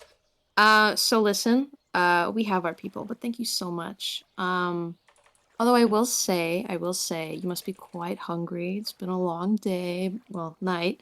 There are some fruit trees outside and some berries in the bushes. You're free to help yourself. Are you telling me that this observatory doesn't have a full kitchen staff? No. What a shame. And you see he Mm-hmm. goes and he walks away from the group. You see, like, kind of Yikes. as he gets closer to Nidai and behind, he goes, "Come on, you two. We've got some berry trees to pick, I guess. These people don't have good food to eat." You see behind, kind of like giving them like staring daggers at Sofar, and they eventually just kind of like go. Nidai and Sofar leave, and you just see behind just giving like a very small bow. And just, "I'm so sorry," It's okay. as he eventually goes. Mm. With that, I'm gonna turn to my family. Mm-hmm. Um, Good morning. You see the three of them kind of like stop what they're doing, and William just kind of looks at you and goes, "Thank you. Thank you so much." Yeah, that He was rough. I can't imagine how long he must have been here for. he was here last night too. Oh He no. wouldn't stop. You'd think, You didn't think to maybe cut in a little and I get him tried, but going? the guy just wouldn't shut up. Mm, I'm surprised you managed to get him away from us, to be completely honest. I was expecting to go on a whole nother tirade about family lines and how virtuous we need to be. right. Well, I did do a little thing called interrupting him and shooing him away. I don't know if maybe you thought of trying that, but it worked for me. No need to be sassy, Mabel. There's you see Magnus just kind of looking, goes, "Both of you just, I need there to be just a silent moment. My head is pounding, and I'm very aggravated. Sorry, nothing again, nothing about you three, just the whole situation." I'm You sorry see, this happened. kind of, you see, he kind of just shakes his head and goes, "I, I should be the one who's apologizing, people. I, firstly, I would like to say I'm incredibly proud of you. You proved me wrong, and not many people do that. So I'm incredibly proud of you. Secondly, a little frustrated because we have nothing at the moment.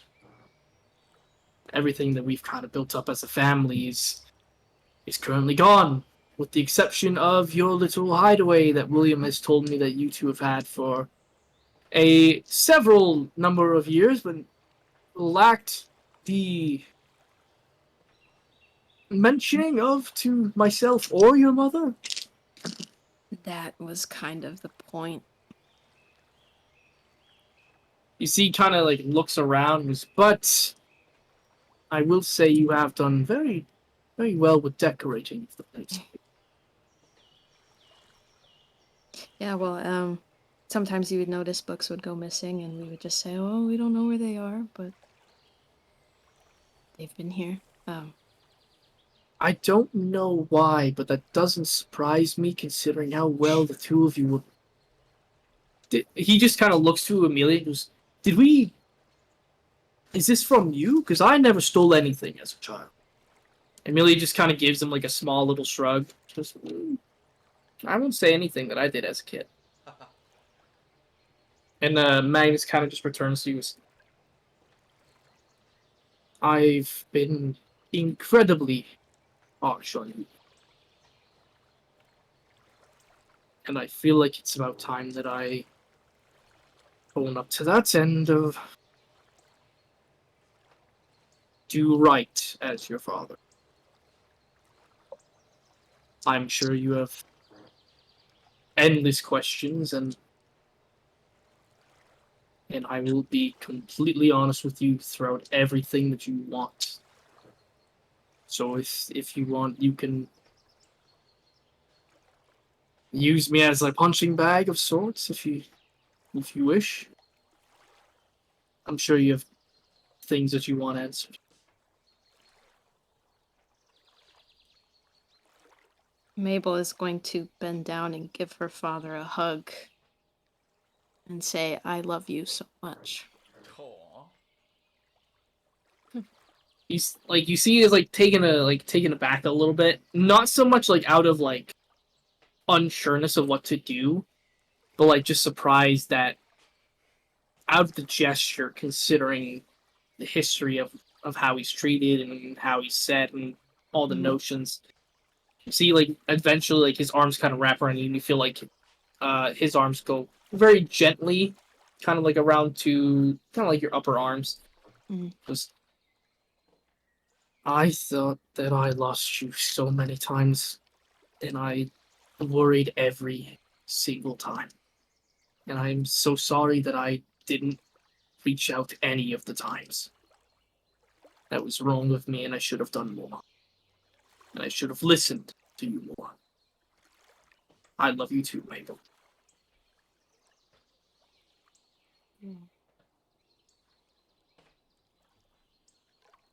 I do have some questions. Please.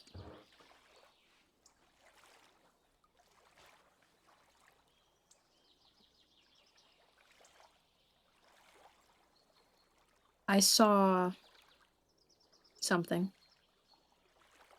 And I asked Mom about this, and she says she doesn't remember, but I thought it would be worth a shot asking you.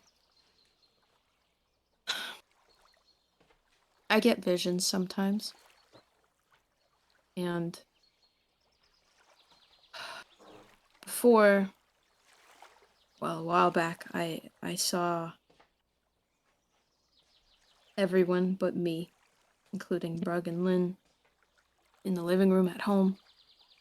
And Cyrus was there, and everyone seemed very angry, and I... Do you remember why, what he said? You said we all looked angry? Yeah. Incredibly.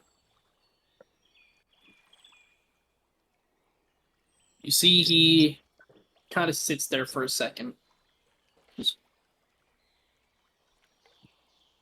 I do remember parts of the conversation.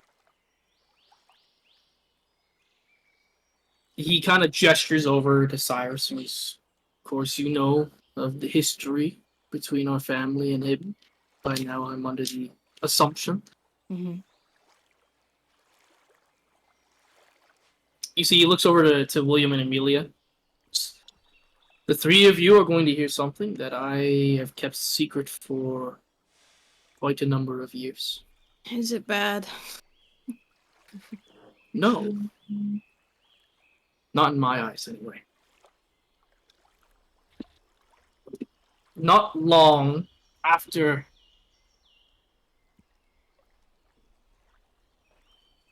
William had left for Imperia, around the time that we'd gotten word about Bane and his potential attack and things along those lines, Cyrus had come to me personally.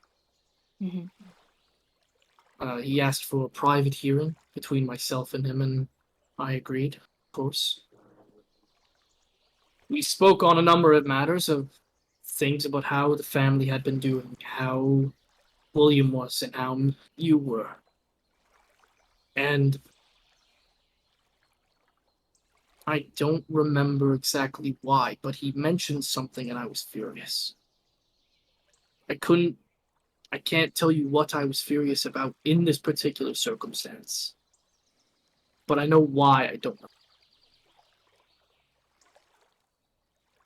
Cyrus had said some things that I wasn't happy about, but apparently he wanted to get off of his chest because he felt horrible.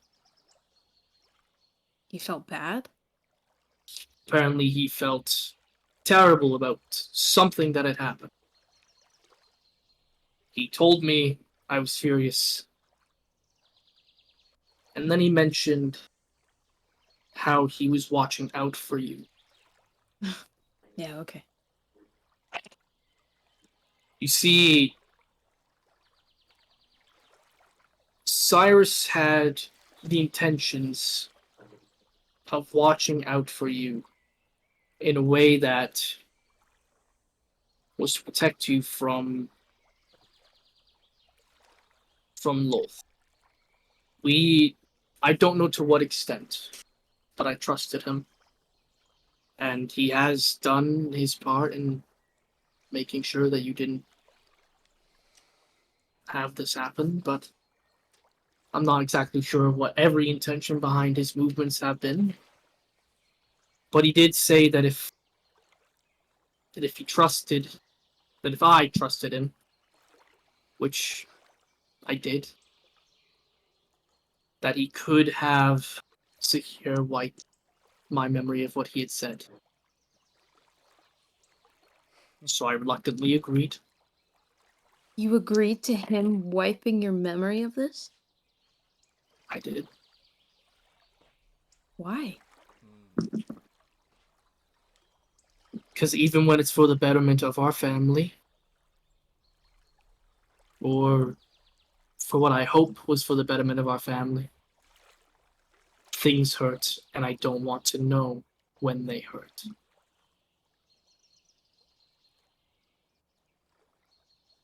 But after he had spoken to me about what had frustrated me and I agreed to this, he did mention that he was going to try his best to keep you away from Loth as much as he possibly could. Whether that was through watching you from afar and ensuring that you didn't take anything that would either bring you too close to her, or trying to play himself up in a way that would be adversarial. No, I don't believe that. This entire time he's been asking me to go with him. This entire time he's... No, I don't believe that. I mean, he was the one who came to us in the first place to do this for Loth, to do this to me. I don't accept that. You can choose not to accept it, but I trust the man. Still, after everything. Surprisingly, yes.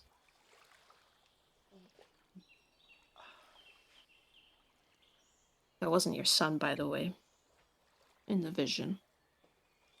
At the time. Was this the doppelganger that was mentioned during the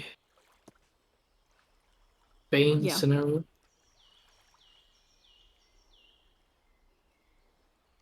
You see, he kind of looks past and looks to Cyrus. And then kind of returns back. He did that. And I'm gonna kind of go to William and I'm gonna pull down his shirt a little so his collar and chest is exposed, and I'm gonna point. I'm gonna be like, he did that. You see, and you tell me you trust him. You see, he looks at William, but he can't stand it for very long. Kind of like looks away, and he kind of very gingerly kind of stands up.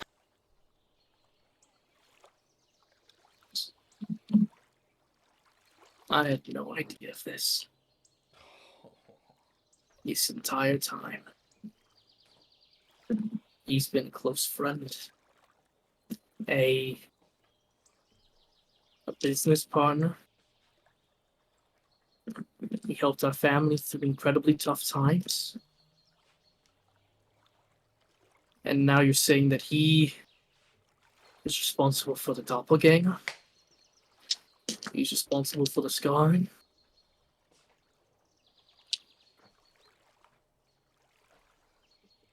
Yeah, but as much as you're angry, you can't do anything to him right now. And why We is still that? need him. We still need him. For what? Why on earth do we still need someone like that? Like, Mabel, he tortured him. Oh, you don't think I know that? I'm the one who found him. Yeah, we still need him because he has answers to questions that we desperately need. To get ahead of Loth, he knows what the plan is. He knows, and we need that. My banishment stuff, he would know about that. I need that. That would help everyone. You see, he kind of stares like past you and right to Cyrus. And you see, he kind of reaches into a pocket, and you see he pulls out a spell book, like a very, very micro. And you see he just looks at the spell book and then looks to Cyrus, and then just Don't. you see he throws it down onto the ground and just looks at you, Mabel. I trust you, Mabel.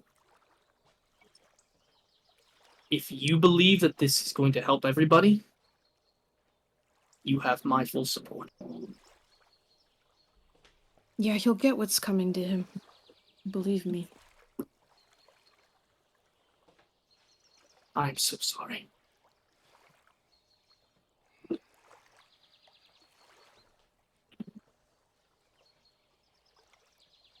I don't know what much we have in the way of food or anything. Like I mentioned to so far that sorry the name. um there are trees outside with food and berries, and I'm sure there's nuts around here, but as far as herbs, I might have some in here for your headache. See, Millie kind of looks up and goes, I might not have a lot of things, but I do have some family heirlooms that we can use for. None of you can laugh at me. You promise every single one of you won't laugh at me. Okay. You see, she goes and just like off to the corner by a bookshelf. You see, she opens up one of the boxes that she had Zoltan carry, and you see she pulls out cookware No. and a book that looks very No. dusty and kind of like in misrepair. She goes, "They're You brought- family. It's family heirlooms. This is your great grandmother's cooking materials. I can't just throw these away and let them burn. And this has decades worth of magnolia recipes in it. I can't just let these burn. I'm. Hands. It's important to me, Mabel. You said you wouldn't laugh. I'm not laughing. I'm not laughing. I am. See, she kind. See, she kind of looks to you. She goes, I'm sure I can do something for the people that are around. I mean, I can make myself useful in that kind of a way. I can make something for us all. I can try at I'm least. sure they'd love that. I'm sure they'd love that. Plus, I don't like the tension that this room has at the moment, so I'm just gonna go outside, get some air, and maybe start prepping for that, if that's okay. Yeah, okay. And you see she kind of like pats William on the shoulder, like, do you want to come along, darling? And he kind of looks to, kind of like buttoning back up his shirt and goes, well, that kind of wasn't... Yeah, sorry. I didn't mean to, I didn't think they'd like rip open like that. That was a bit aggressive.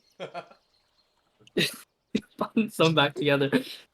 I'm gonna help Mom with that, if that's alright. Yeah, It'll- go ahead. And see the two of them go to make their way.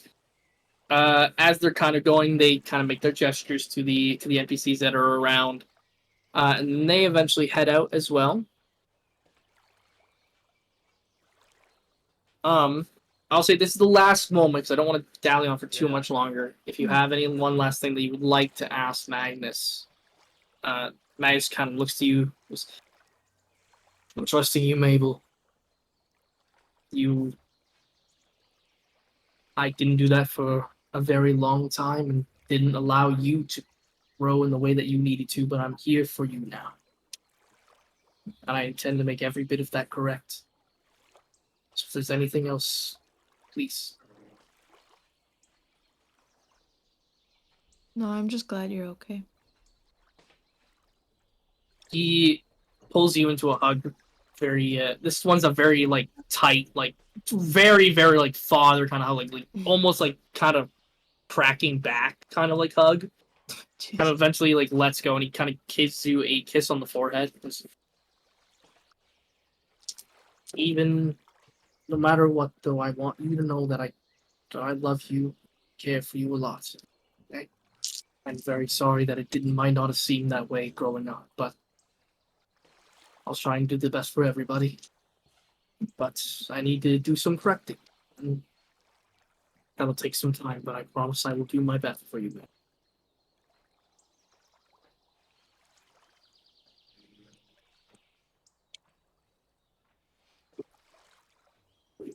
I understand. He gives you another kiss on your forehead and says, I'm gonna go help your mother. I'm sure she would appreciate it. Oh. Sounds good. And he goes off.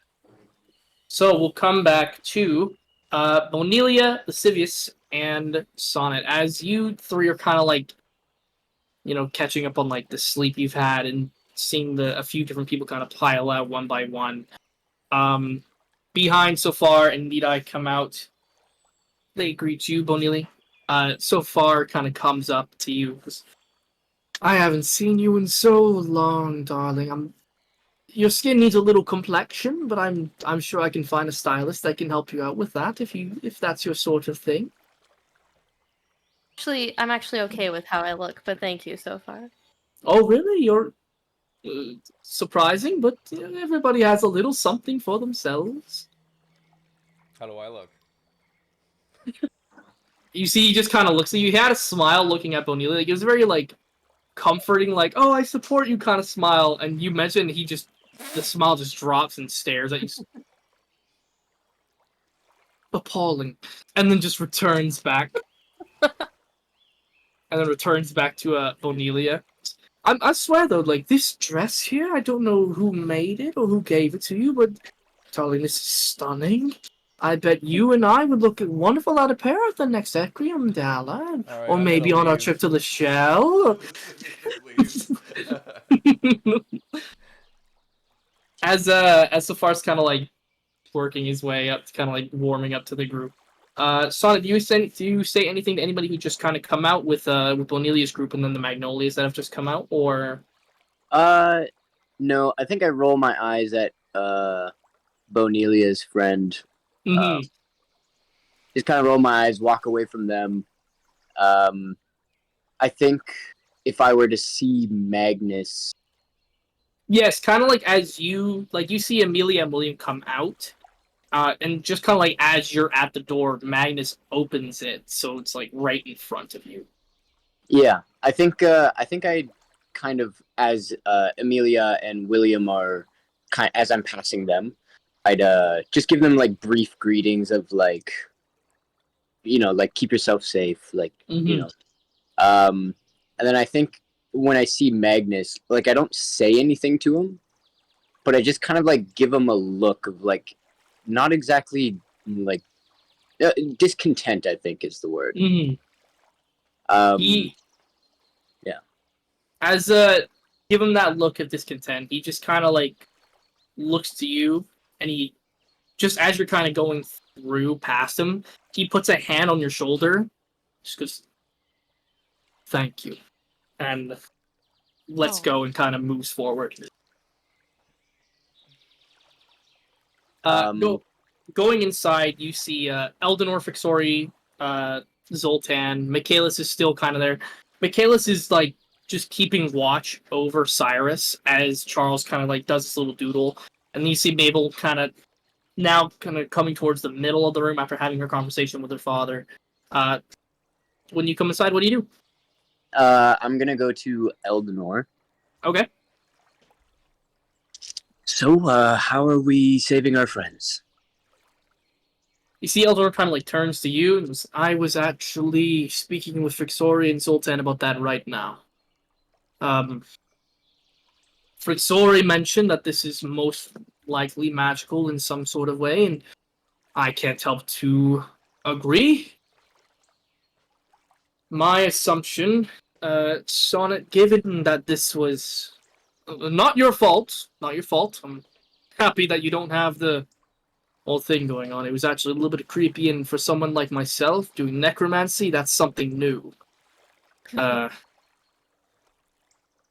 We figure that you might know how powerful Tequin might have felt in the moment before your whole scenario happened. If you could put him on a scale between 1 to 100, where do you think you were at the time? I would say at least above 50, and not anywhere past 70, I would say. You see Eldenor kind of looks to Frixori. Any insight knowing that? And you see Frixori kind of looks to you, Sonnet. Well, if it's like he mentioned, if this is Tequin, I've heard very little bits by Sahir on occasion. My guess that this magical effect is more of a preventative measure, and he's attempting to either stall to come up with a plan, or is trying to make some sort of progress on its own in its own sort of way. But it is within a weakened state. If you believe that it wasn't anywhere past 70, then I believe that we are still working with a decent time frame. Considering it's magical, even deities can't use magic throughout the entirety of their lifespan or time frame, so without any sort of rest. So if I'm to be completely honest, I don't know if it's so much as a way to turn it off, more so as it is a waiting game till when it gets tired. And then when that moment happens, might be the best opportunity to strike if you intend to strike. Yeah, and I think as far as I'm aware, this is the first time that he is acting without an anchor, such as myself. Do you think he'll get a different anchor? I think it's possible, but I don't know if he'd get one immediately. I think that's unlikely, but can't be certain. Do you know if any of your party has sending at all? If anyone, it would probably... I guess it would be, why can't I remember his name? Talia's kid. Why can't I remember? Talus. Talus. It would be Talus.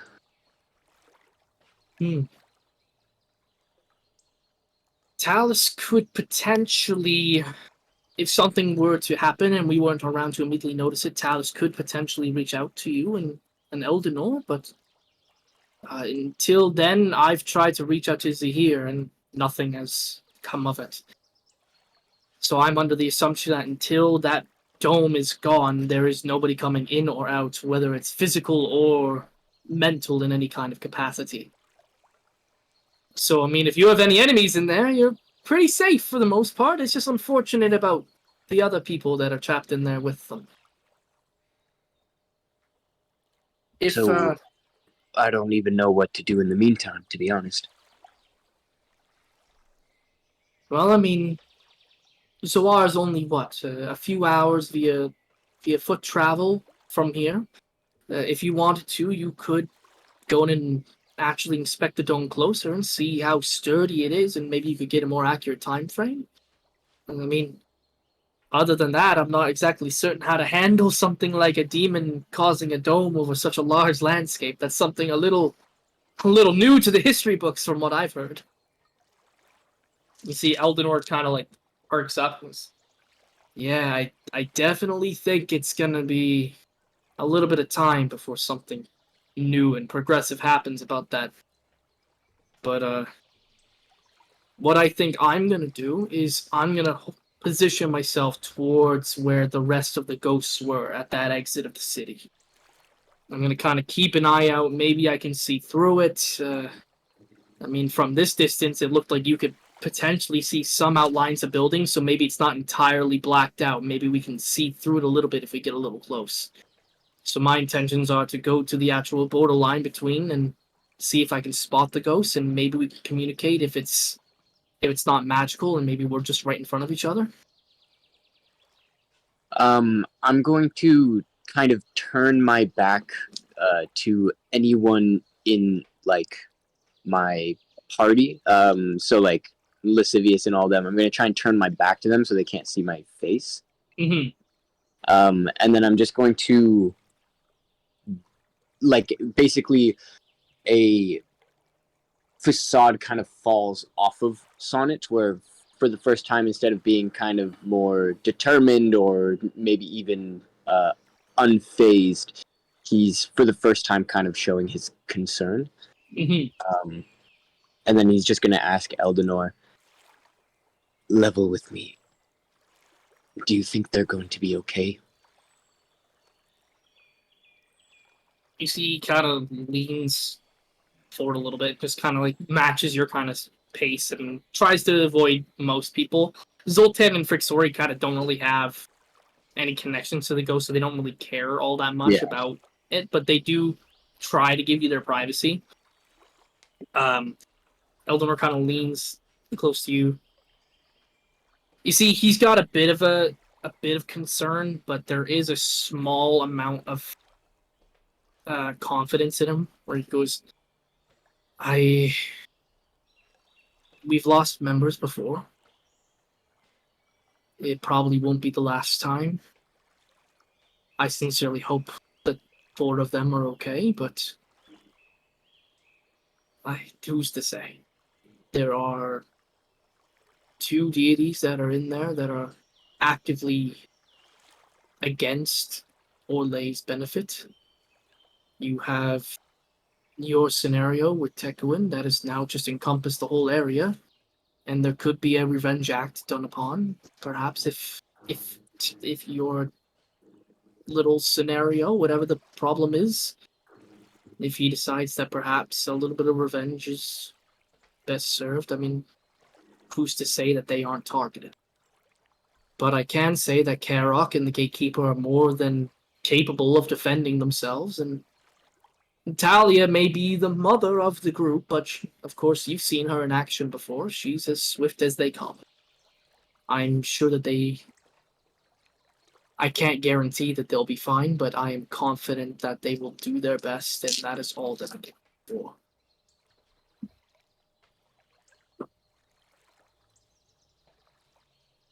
I don't know if I can have that on my conscience. You see, Eldenor reaches into his pocket, and you see he pulls out a stone. I tend to keep these in case of emergencies. And he hands one to you. This is a sending stone.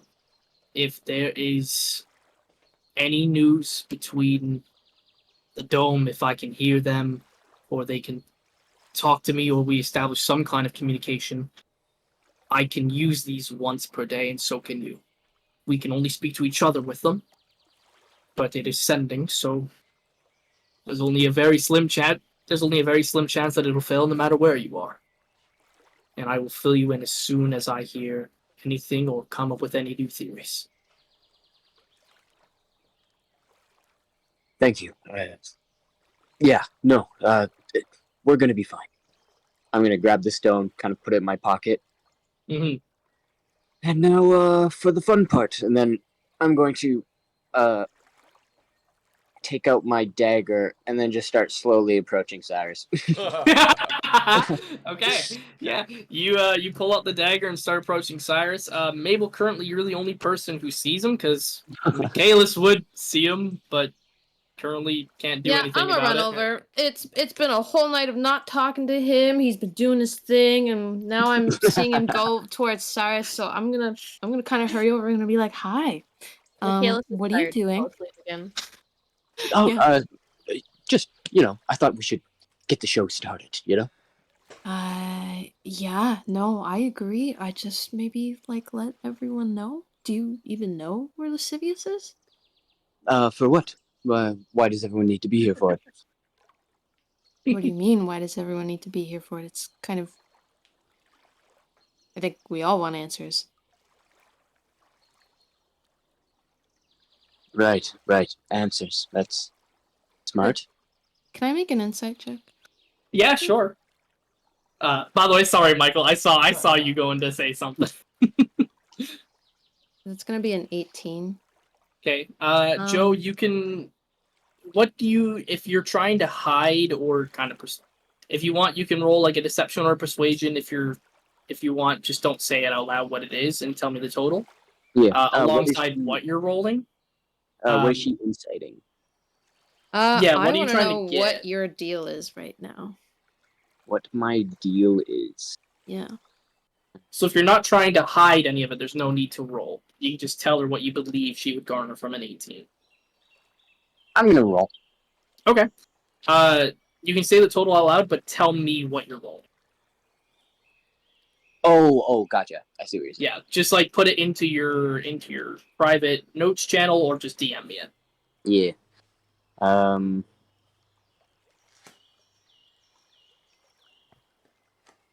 So the total is.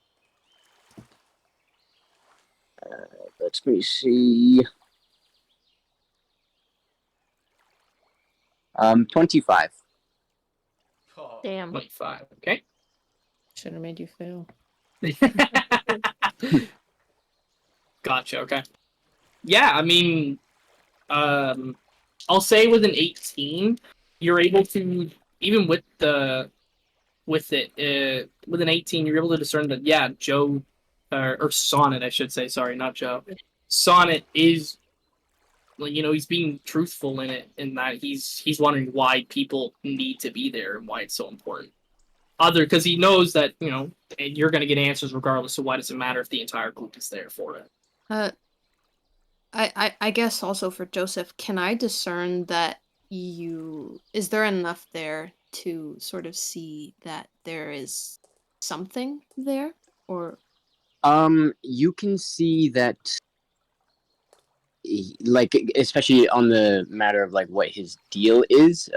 You can read his demeanor. He seems like kind of antsy, determined. He has like a plan in mind, but you can't tell whether, like, if you're trying to find out what he's planning or what he was about to do, you don't know. okay. Okay, cool. Then I guess I'll just ask him, okay, so then you're walking up to him with a knife. What are you gonna Yes. Stab him. Yeah. do? I'm going to him stab him. Yes. to wake him up or to kill him?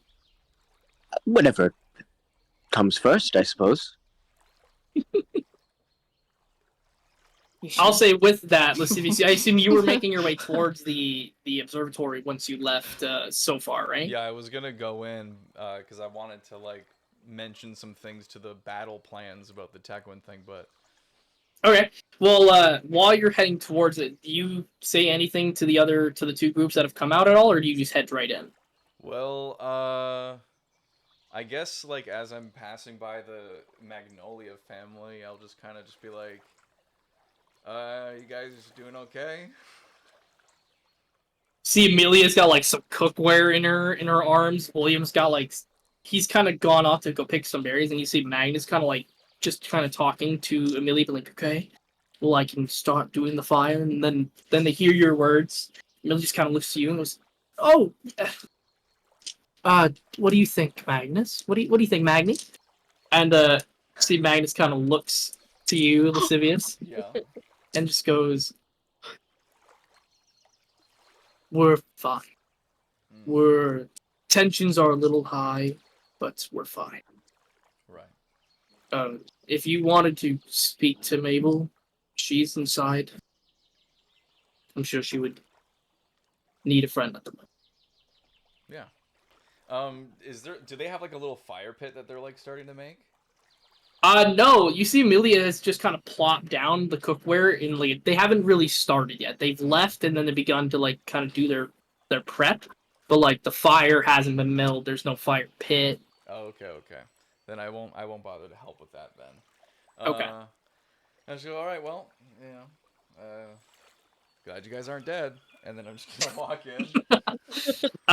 Bonelia, with the groups being out there and having talked so far as well, is there anything that you want to do in the meantime as well? I just have a quick little chat, but I say I need to go check on my friends inside. Okay. Sorry, Ian just texted me about his condition. Okay. Yeah, so you can kind of make your way along as well. I'm assuming you don't talk to the Magnolias, or did you want to talk to the Magnolias as well? I give him a little wave. Okay. William very happy, like he knows you, he's happy, and he kind of gives you like a small wave as he goes off to collect stuff. Amelia gives you a small nod, and Magnus kind of like still astonished at the fact that a skeleton can be up and walking by itself is giving you like a very like surprised and like um curious look, like not uncommon to any look that you've received before by a lot of people realizing that you were by yourself. Yeah. But this one is a little more of like what usually is in terms of like curiosity. His is more astoundment and kind of like intrigue because he finds it more interesting rather than confusing. Okay. And yeah, the both of you kind of make your way. Lascivious, you enter first as you see Sonic kind of closer to Cyrus. You don't see the dagger in his hands or anything like that. You do see Eldenor, Frixori, and Zoltan kind of being in the group as well. Mm-hmm. Zoltan kind of like blocking off the view just a little bit. Zoltan actually kind of raises his arms and goes, "My boy!" Hey, how's it going? I'm just gonna walk up to the table, I guess. Okay, yeah. Um, You go up to the table while Sonnet and Mabel are kind of having their small little conversation just Spatting. out of earshot. Zoltan kind of like looks at you and like just as you kind of come up to him, you have no choice in the matter. You just feel his huge arms just grab you. Just before it comes in, I'm like, all right, let's do this. You see, he just wraps his arms around you like it squeezes you super tightly, almost to the point where it's like you could feel like a rib shift, perhaps. From it. Ow. Okay, put me down for a second. And then I very popped my gently ring back in. Yeah, just puts you right back down onto your feet. Woo! Did you get stronger? Oh, not a brag, but I mean, it's hard not to get stronger when you're taking care of an entire town by yourself. Yeah, okay. So wait, yeah. No, never mind. That's dumb. I mean a dumb question. The Dragonborn and the Elven Lady and the other Elven Lady, they're great hands, but I mean, none of them are, none of them are. Right. So, little counsel here. I've been thinking about this a lot lately, and I was just curious about what you guys think the possibility of this is. I was thinking, this whole sphere thing.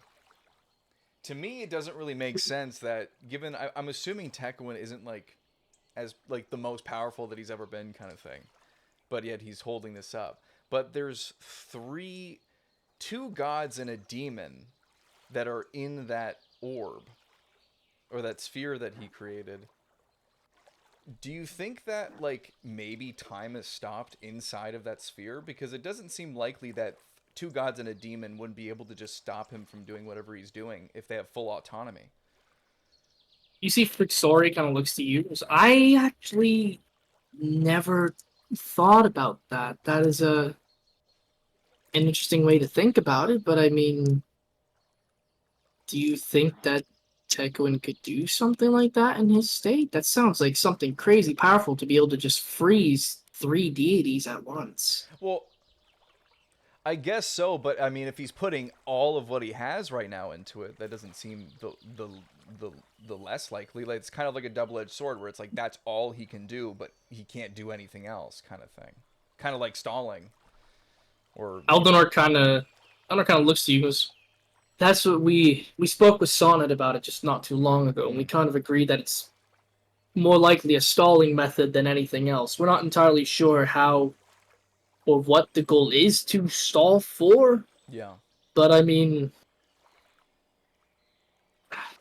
my assumption is that if this, going off of your theory, that it's Mhm. a time stop, I don't know what would benefit Tekowin from doing that. Considering if time has been frozen in this scenario, what's the purpose of it? He can't talk to anybody, he can't make a new deal, he can't try to team up with another deity. I'm not entirely certain I agree with your theory, but it could be a possibility. Yeah, I was just thinking about it. I couldn't really, I can't really gather what his intentions are. I mean, he, as far as I understand it, he needs people to do his bidding for him to get powerful. But maybe, well, one, I guess maybe stopping time gives him more time to think. Um, and maybe, I mean, he could be stopping time just so he doesn't get attacked while he traps him in that bubble. I don't know. Yeah, I don't know. Um, That's a tough one to figure out. I mentioned it to Sonnet before, but I'm gonna go set up a small little research post essentially just at the gate where the rest of the ghosts were. right. I'm hoping that potentially I'll be able to reach out to them in some sort, whether or not it's via hand motions and mimicry and miming, or perhaps they'll hear me through the dome. They just can't magically transfer through. I'm not entirely certain. From the Yeah. looks of it, it's not a clear black dome, so I mean, maybe we can see through it a little bit. Well, it's clearly more powerful than just even basic magic. I have this. Kapir allowed me to have this ability to speak to him whenever, so long as I kind of expend a bit of magic power, and I wasn't even able to get through to him. And that's supersedes sending, because that's like at literally anywhere, at all. I guess sending's kind of like that too, isn't it? Well, sending acts as a way to talk beyond planes and such. Mm-hmm. There is a very slim chance that no matter where the person is in existence, that the sending might fail. But if you've attempted to, and this is above sending with a deity, perhaps it is something more magically at play, and maybe something is like that because he can't respond. Maybe it is something like he's frozen. Maybe. I'm not entirely certain. I won't know much more until I actually get and set up my station. Yeah. Also, Zoltan, I've been wanting to ask you this. I don't mind saying this here. I know you kind of took me in when I was in prison at one point, but Yeah, of course. d- I d- caught you stealing a bunch of bread straight from a marketplace. yeah, well, That's not. You weren't very sneaky about it at the time, lad. I was hungry. I was desperate, not cunning. So, You got better with time, though. oh yeah, I did. Oh yeah, I did. But do you, like, do you know what like anything about like my parents or anything like that? Because I don't really. I just kind of remember waking up in an alleyway at some point, and then I just was figuring it out. How old are you again, lad? Well, when the earliest memory I have, I think I was. Well, how old am I now? Yes, at this very moment. 26, I think. You're 26 and you're asking for this kind of a talk now? I never really thought about it until now. I was a little preoccupied. Well, well, for a tiefling, Mm-hmm. you need to have either another tiefling and or a demonic entity of some sort, whether it's a demon or a devil or anything kind of in that Right. plane of existence, and Right. then usually it's of human descent or elven descent, or Right. realistically speaking, it could be of any kind of descent. But Right. when the demon and the other one Yeah. love each other very much, Okay. they have sex. Lascivious. Do you know? Do you know Just what kind that of, is? just like, yeah, but like, okay, but like, explain it real quick, just in case everyone else doesn't. Lascivious, there's a lady present. Frixori, do you mind? You see, Frixori's go. I've already had a kid. This isn't anything new to me. Mm. He goes, I'm not gonna go into the details about what sex is for you, Lascivious. That's for you and Azria to figure out on your own. Okay.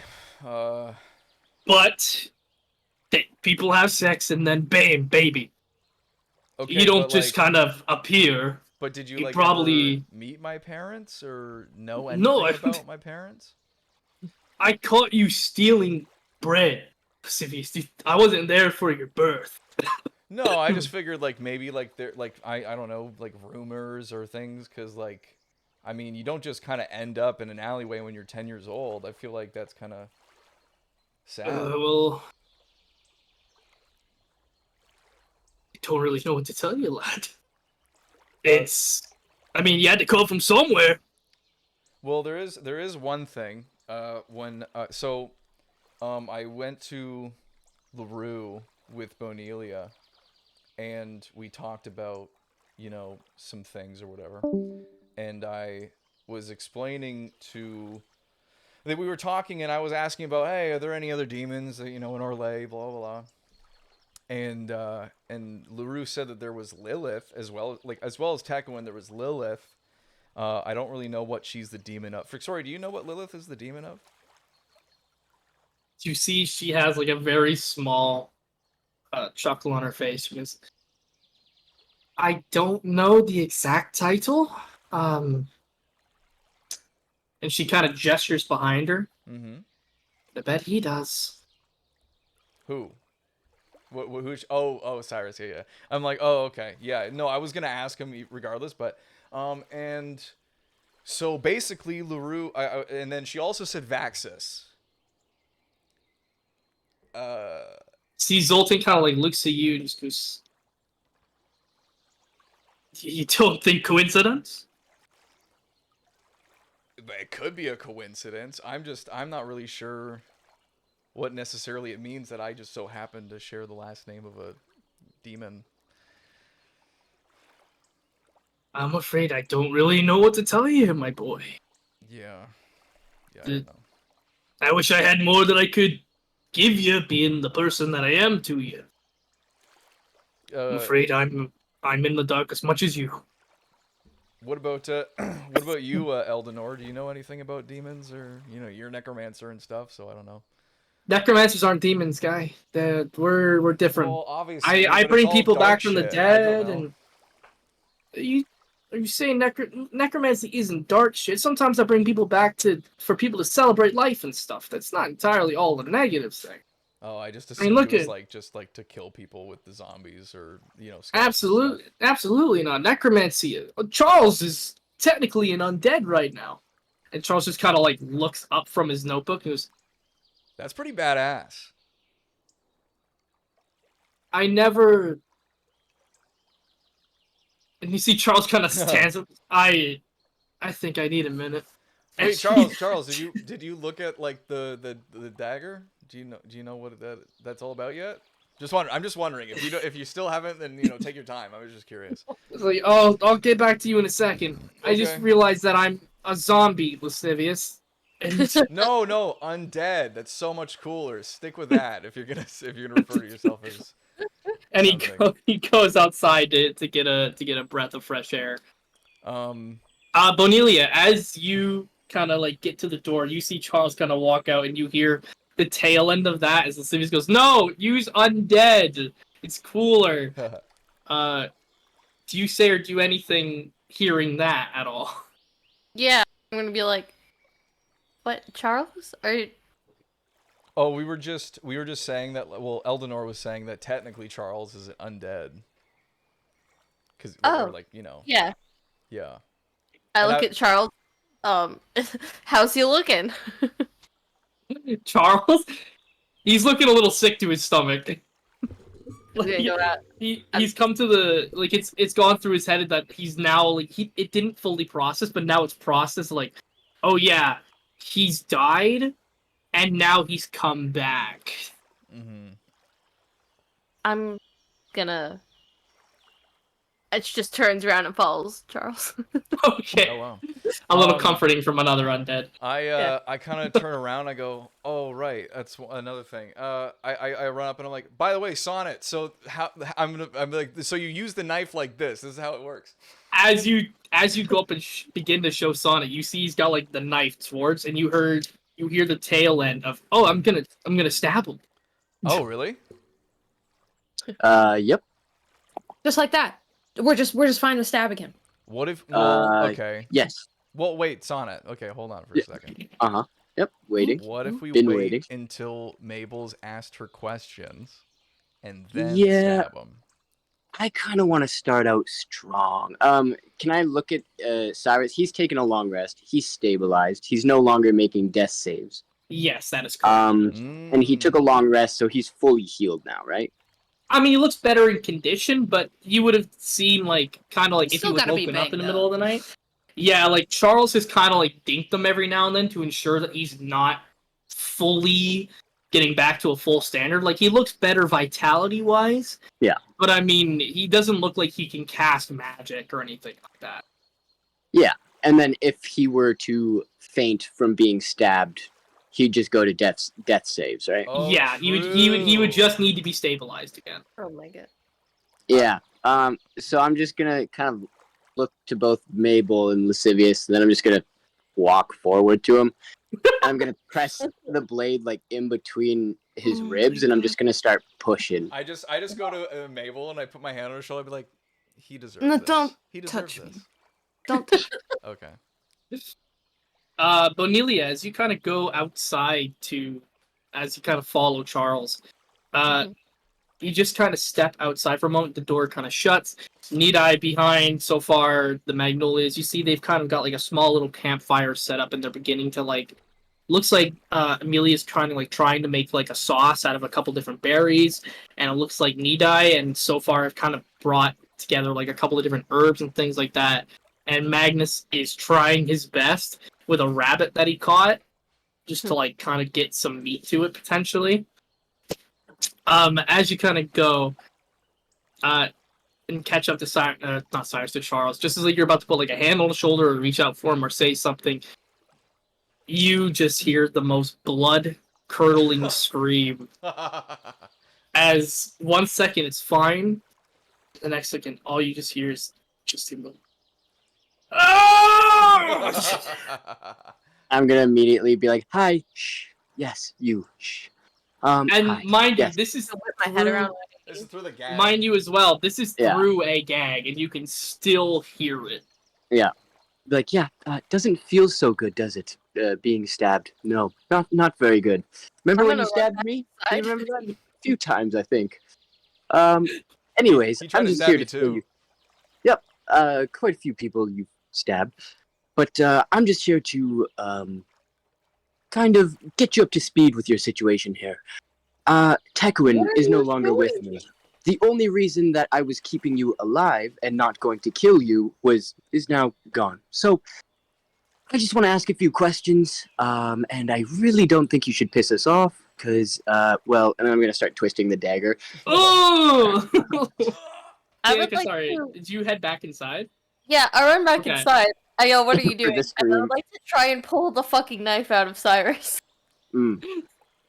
So Yeah, you see Sonnet like twist it, and you go to like put your hands on it. Sonnet, do you like protest it at all? yeah, I want to twist. Okay. I What I'll really do- would like to twist. What I'll do is, Bonelia and Sonnet, please roll opposing athletics checks, please. I'm just kind of watching. This isn't any worse than I did to that cultist in the prison cell. Yeah. Oh, I mine's guess- way worse. 17. Dirty 20. Fuck. Okay. So you're trying to like wrench the knife away from him, and Sock's just plunging it deeper and deeper by the second. As you kind of like, as the knife goes deeper, Cyrus, I got too many C's. Yeah. Cyrus is, like, the muffles, like, you can hear, like, little bits coming through, like, the gag that's in his mouth. And eventually you just see, like, the bits of, cloth that were gagging his mouth. You see, like, bits of it begin to singe and burn. Oh. as like a small hole kind of bursts through it, and just a little bit of flames come by, and it just gets the practically breaks the gag. Mhm. Yeah. It was okay. It's just a little negotiating mechanic. That's all. Just to See, fun. Cyrus kind of like looks to each of you, and there's like a small he's gritting his teeth, but he's trying to get on like this crooked smile. And he's like, I was kind of hoping that something like this would happen. I just didn't think it would be under this circumstance. Right. Well, Well, anybody have any questions? I just wanted to stab him. I just give the floor to Mabel. I'm gonna stare daggers at Sonnet till he takes the knife out. Although it just looks the same as every other stare. I think I'm just holding it there. Yeah, I think if you're waiting for me to take it out, unless you do anything, I'm just staring you in the eye sockets as I just hold the dagger there. Just two blank stares staring at each other. I honestly, I don't even think I know that you're upset with me. I don't think I. I'm gonna try. I want to do another fucking opposed strength check to fucking take the dagger out of him. All right. Okay, what we'll do is per question we'll roll a check. Okay. So Mabel or Sonnet or Mhm. Lascivious, whoever has the floor first. I just go to Mabel, like, be like, do you want to start? Okay. Right off the bat, Mabel is going to cast Detect Thoughts, Okay. but she's going to speak out loud because now his gag is gone. Mm-hmm. And she's going to say,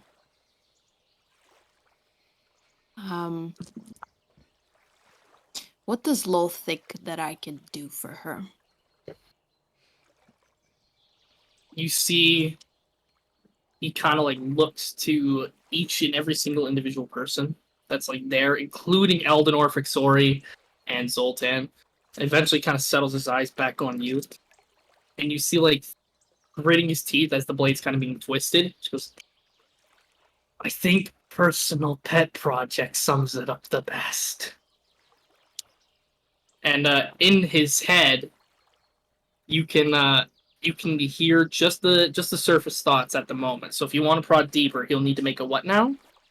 Wisdom save. Okay, I assume are you prodding deeper, or are you just doing surface? You know what? Give me the surface, and then I can choose to prod deeper. Surface the surface thoughts. The immediate one that comes to Cyrus's mind is, you don't even understand your purpose. That's cute. Interesting.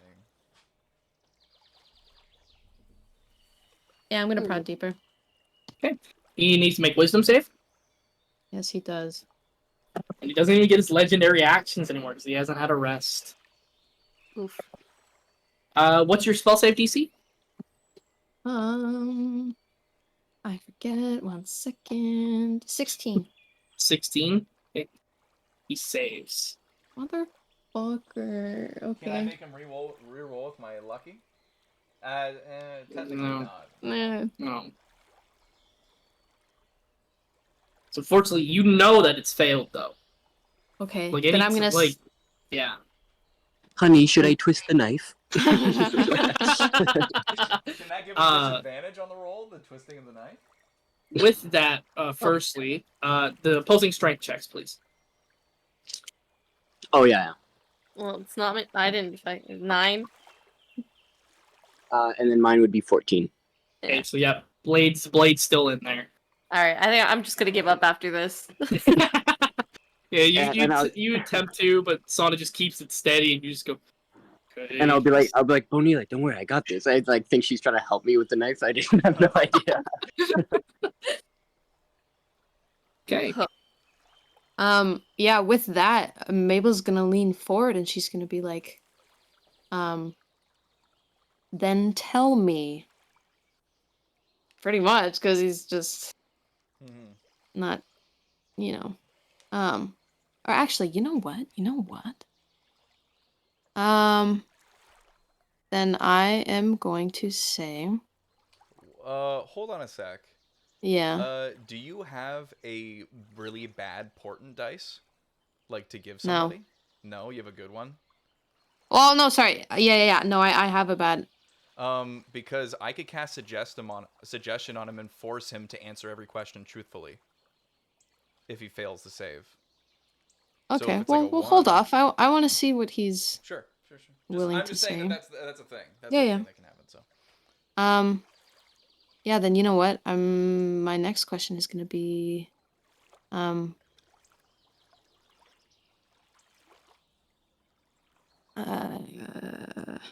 what did he say again exactly? Was it like you don't even know your purpose yet? How cute or whatever? Mhm. That's what he thought. Okay. Then my next question is going to be, you've been asking for my permission. What's been stopping you?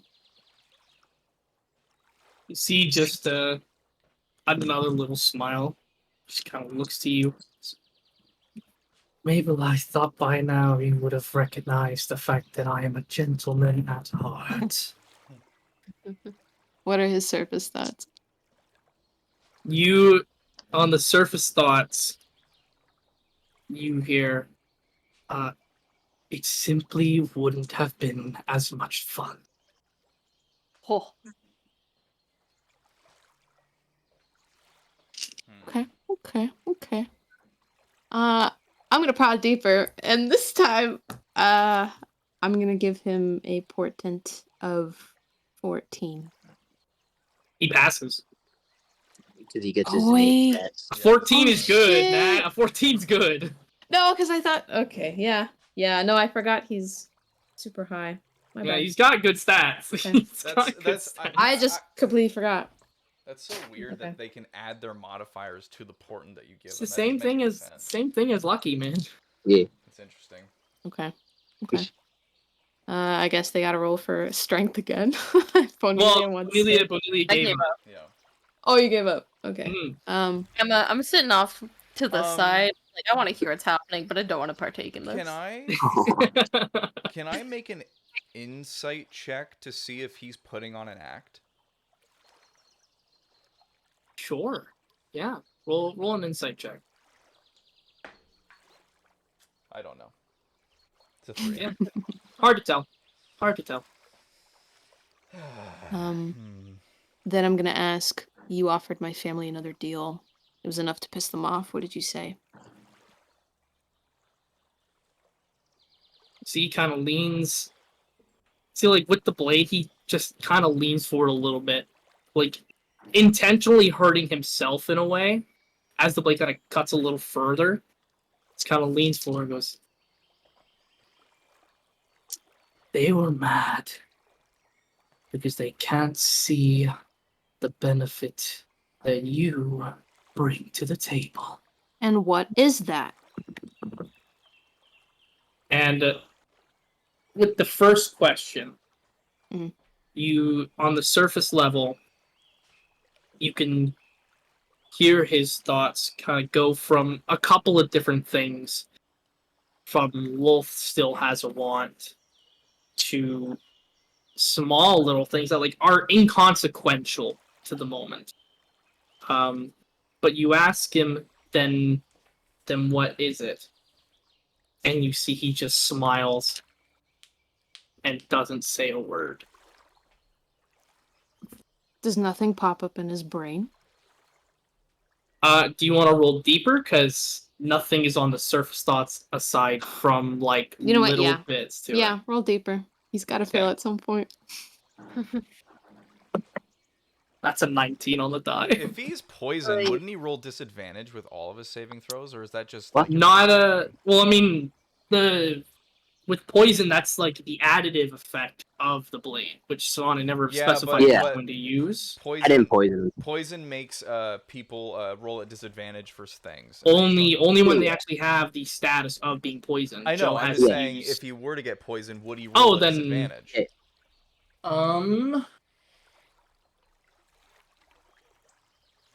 I don't know about. I think it's strength and dexterity saving throws. I don't know about. Okay, with just some. physical. I figured it might be. I just wasn't sure, so I thought I'd ask. That require. Oh, that's blinded. For poisoned on attack rolls and ability checks, not saving throws. Okay. I just want to. Lascivious wants to say something, and he's just kind of going off of kind of his own intuition here. Like, even though he doesn't really know, he's just kind of like, "Hey, man, Lolth isn't here. Like, all this gusto and vibrato just seems a little fake." See, Cyrus kind of like looks to you, and at your words, you see like he kind of like squints his eyes towards you just a little bit, but see, he kind of grits his teeth for a response. Mabel, you hear on the surface level though, being like, on the surface level of the thoughts, says, "I won't listen to what is essentially a lackey." Oh, Yeah, I'll look over to Lascivious, but I won't tell him what he said. She says, then- "Full burn." Ooh. I don't know. I'm just not convinced.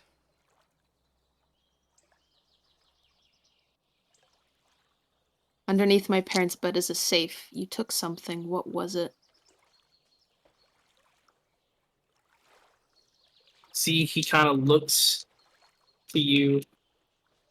Goes, well, that one's really easy, to be honest with you. Because ultimately, that piece of paper was nothing but worthless information for me. Interesting. So then you wouldn't mind saying what it was, maybe? It was progression notes about your nightmares. Your father set up, what's his name? The one that died, and yeah, the one that died. What was his name again? Charles. Your father sent him to be a watcher, I believe, is what I heard. Yeah, I know about that. And these were reports about how your nightmares were coming along. I guess your father did have a small inkling of worry about these little, what were supposed to be nothing, but I guess they were a little more serious. But I mean, I guess he didn't care that much if he never prodded the issue with you personally, did it?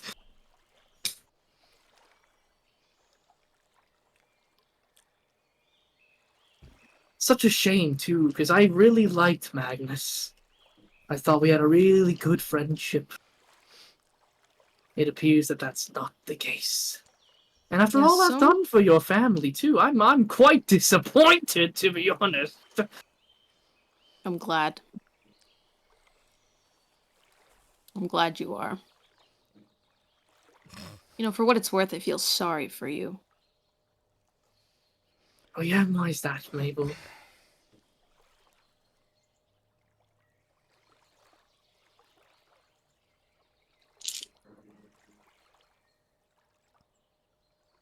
She almost wants to... I think she looks like she wants to say something, but she's very much choosing to not say it. Does that come across on, like... Yeah, I would say so. Is that a reason for me to interject? Sure, yeah, if you... Me and your daughter kiss all the time. You see, Cyrus just kind of looks to you. Goes, that's okay.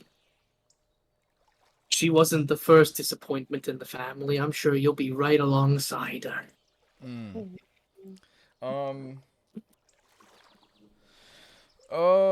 So like, what's your deal here? Are you like a demon or something? I mean, clearly not a full demon because, you know, didn't kill us, so. You see, he kind of like switches at the comment, just kind of like jerks off to the side. Kind of turns back around.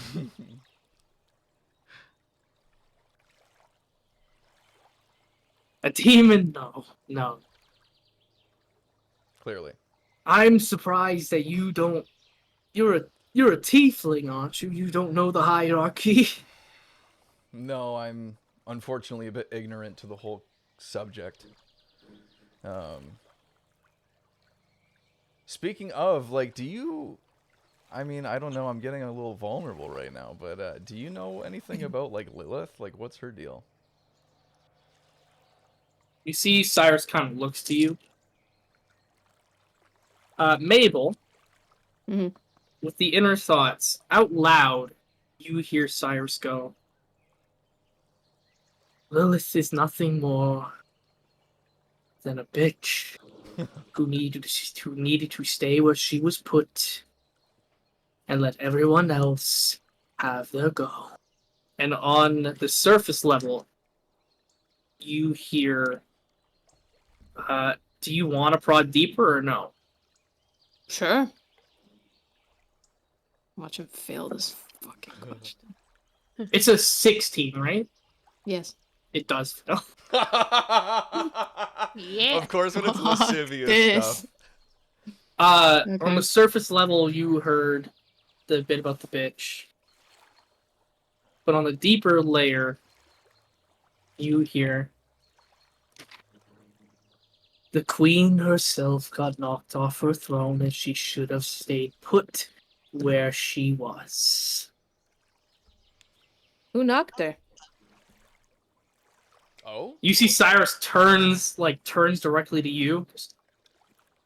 Oh, I thought someone was reading my thoughts. I'm surprised you didn't hear anything else that I had going on earlier. Oh, that's Who Mabel, I thought knocked you were better her? than that. Who knocked her?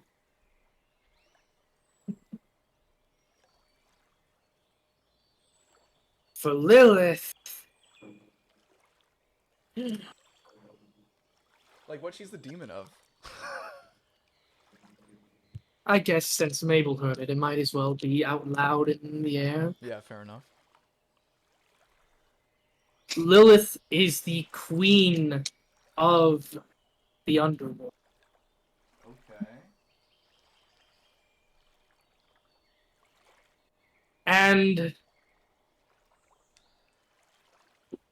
Todic Keenhollow happened to put a standstill to a fight long, long ago.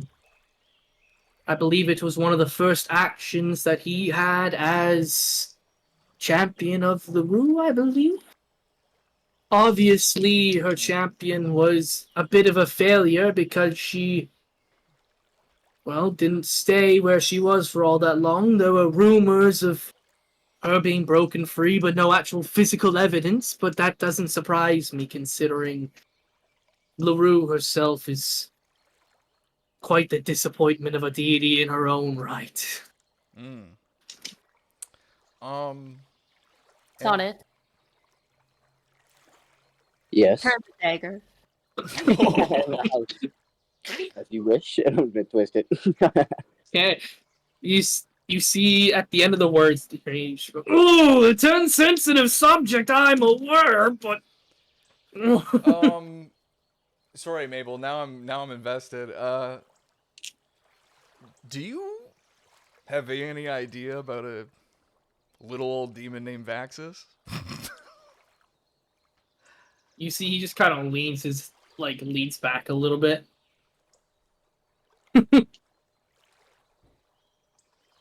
That's a name I haven't heard in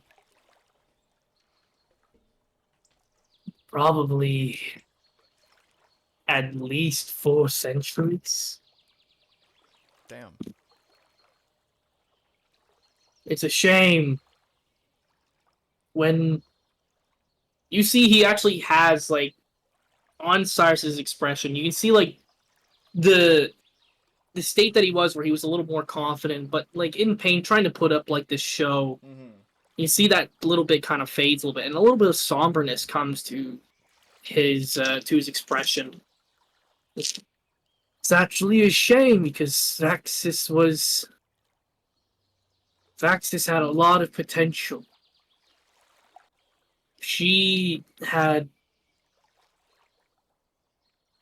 far more business being in Orlais than any other demonic entity that I've ever seen. Someone who just comes out of thin air. I mean, it's almost admirable that someone wanted to exist so much that they just willed themselves into being. That's rather impressive. It's a shame that Kapir had to have a standstill with her in a way.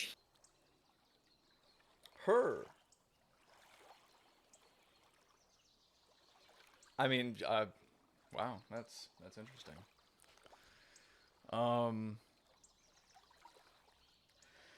Last, at least for me, for now. When you What is this, some kind of a seminar? No, I'm just curious. I have questions. I have thoughts. When we fought you, you singled me out a little bit. And then you said something along the lines of "You've been a pain in my ass for quite some time" or something like that. What did you mean? Because like I've spoken to you like what 2 times, once. And every single one of those times you've been an insufferable little brat. Hmm. What do the Yeah, inner we pretty thoughts much say all. about this? Yeah. I The feel like inner we pretty much all thoughts, know. Okay, well, guys, let's not gang up on me here. Like, what's the inner thoughts, you just hear, just like pretty much inside his mind is just him just going, "Oh, I fucking hate this kid. He's so fucking annoying."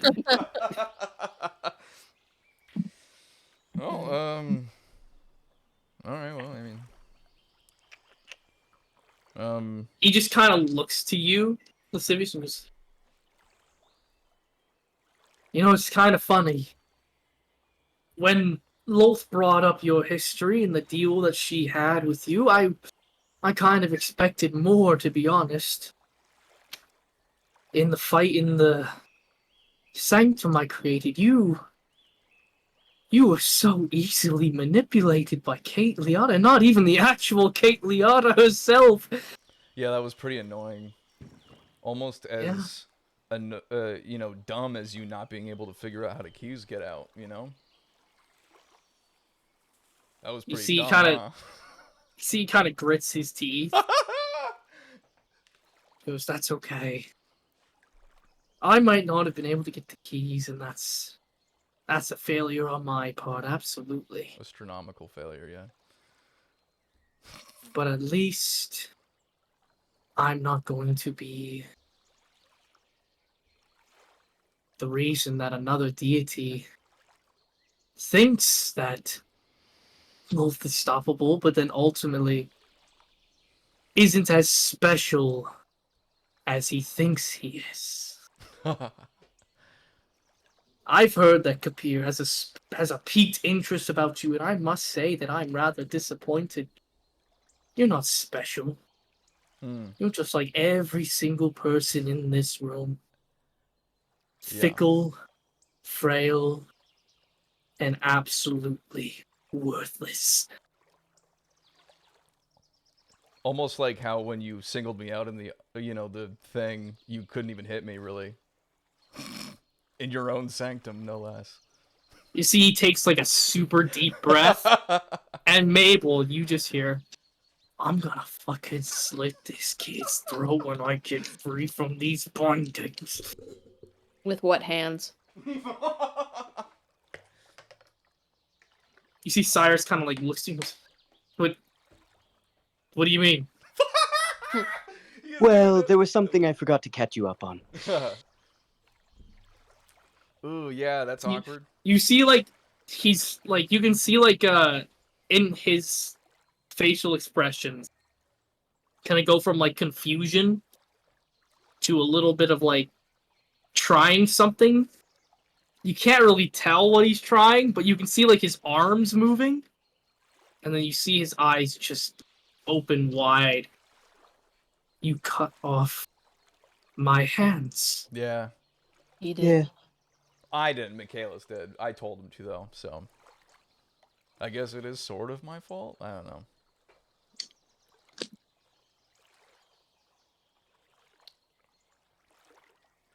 You just see he just sits there in silence. Yep. Um, Well, if you have nothing else important to tell us, we were planning on cutting out your tongue too. So, should we just get on with that part, wait, or? Mabel. Wait, Mabel. You still had some things you wanted to ask, right? Cyrus, what do you get from all of this? Real quick, I'm You gonna message Azria and just tell her that we're talking to him if she wants to come. Mm-hmm. You don't get a response back. Like That's fine. you know that it was sent, but there was no response. Yep. Just give me Um, the option. when you mentioned what was the question there, Nat? what do you have to gain from all of this? You see Cyrus kind of look to you, like look to the four of you, kind of go. I was supposed to ascend to godhood. Perhaps get a little bit more out of the existence that there is in Orlais. It's quite a boring place. I was planning on leaving here the moment everything was said and done, to be honest. But it appears that that dream is over, isn't it? Guess that's what's So happening. You power? piece of shit. That was it? She looks over to you, or he looks over to you, Mabel. Oh, I'm sorry. Were you expecting me to say, oh, I was hoping to make the family I never had out of you and your brother and your family, Mabel? I'm sorry that I've let you down in this idiotic idea that your family will ever actually be one that loves you like Loth would have. What are his inner thoughts on that one? Inner thoughts, you just hear the words, it's okay. Loth will still get use out of you, dead or alive. I want to probe. Oh, I feel like he's not bad. I feel like he's putting up a fucking act. Deeper into his mind, that way. Uh-huh. Past the surface thoughts, you hear Cyrus say out, it's a shame that Lolth's dying and you are the only key to stopping that from happening. Otherwise, I would have left you in a ditch years ago. Oh fuck, he's evil. Oh. He's bad. Jesus.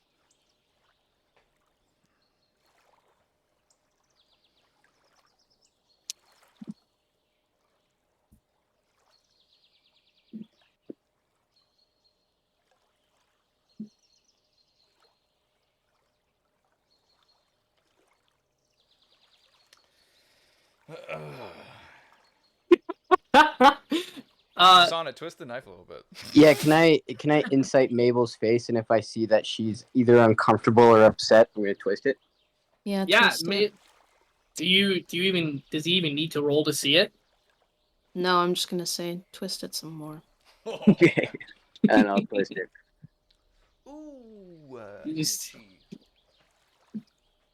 He just kind of looks between the four of you again and goes, well, you keep twisting, and I'd love to keep playing this game longer.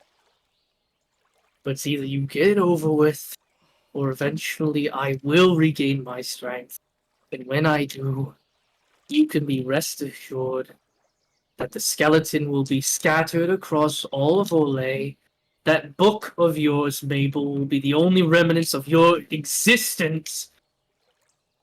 Sivius, your horns will be a trophy on my shelf.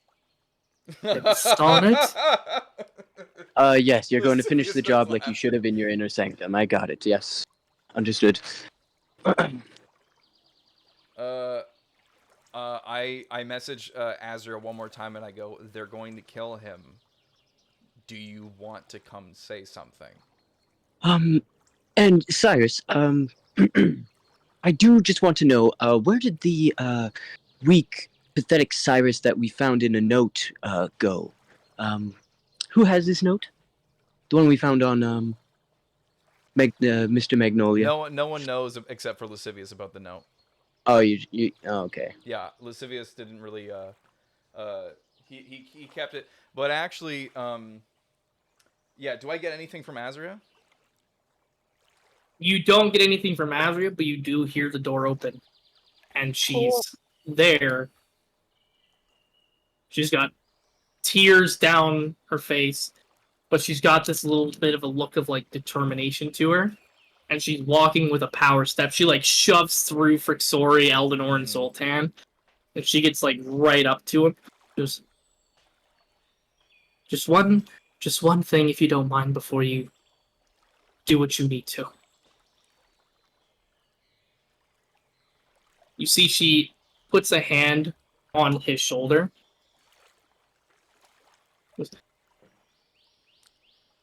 It's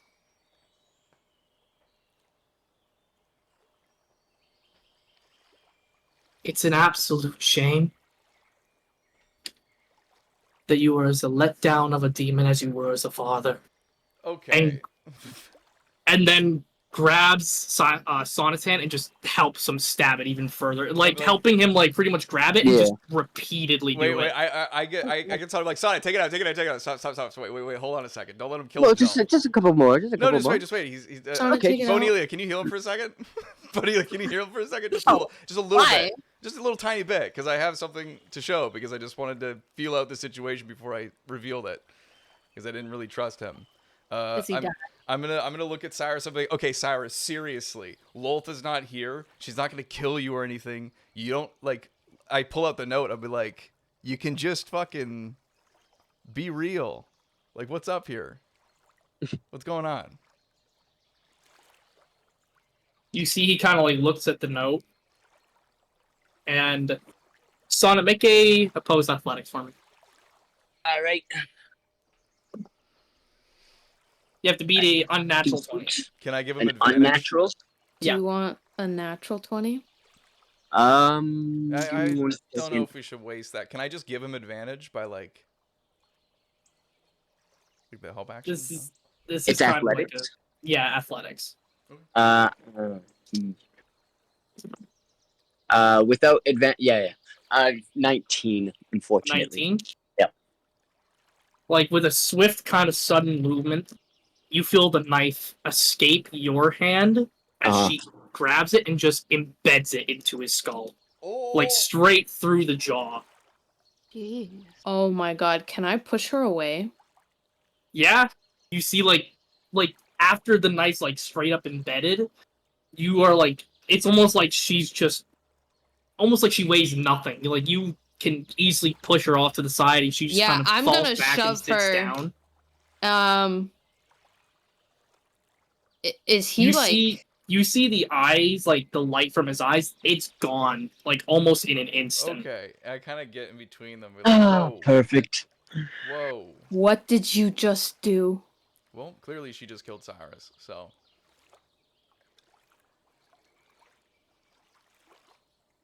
No, that's not fair. I still needed him. For what? I had more questions. He said all he was gonna say. I could have gotten more. I had more. What else did you need from him?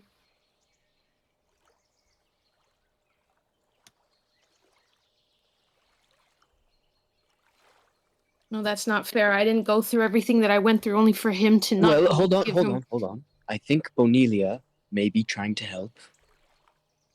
Or what else do you need from him?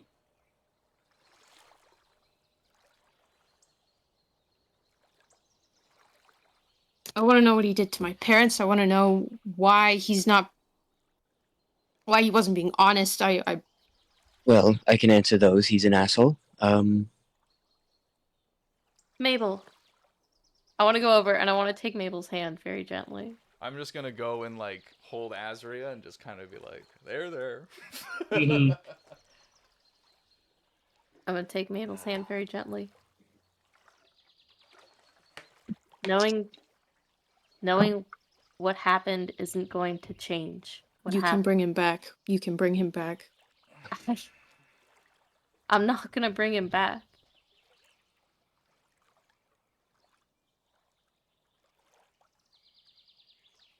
You don't need him.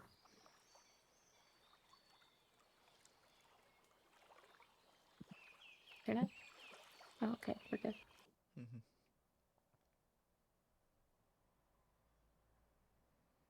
I'm definitely not getting anything from his brain, right? No, nothing. Nothing. Mabel, I'm gonna walk out.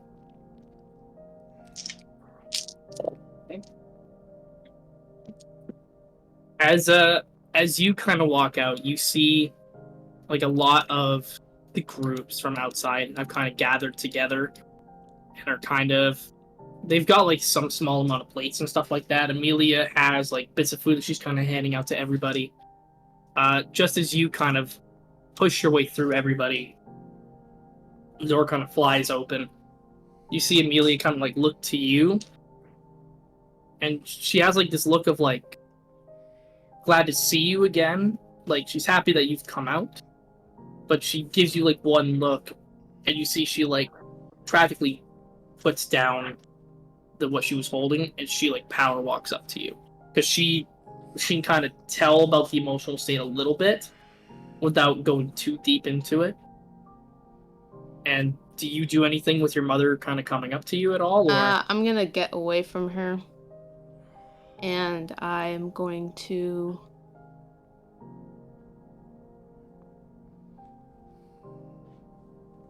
I'm gonna go up to my dad. Okay. We will we'll come to you. Give you a sec to process what you want to say. Yeah. Sonnet, Lascivious, and Bonelia. Yeah. You've seen Mabel just kind of push through everybody to get out as she's just staring at the body of her father. Zoltan, Eldenor, and Frixori are kind of like looking at all of you.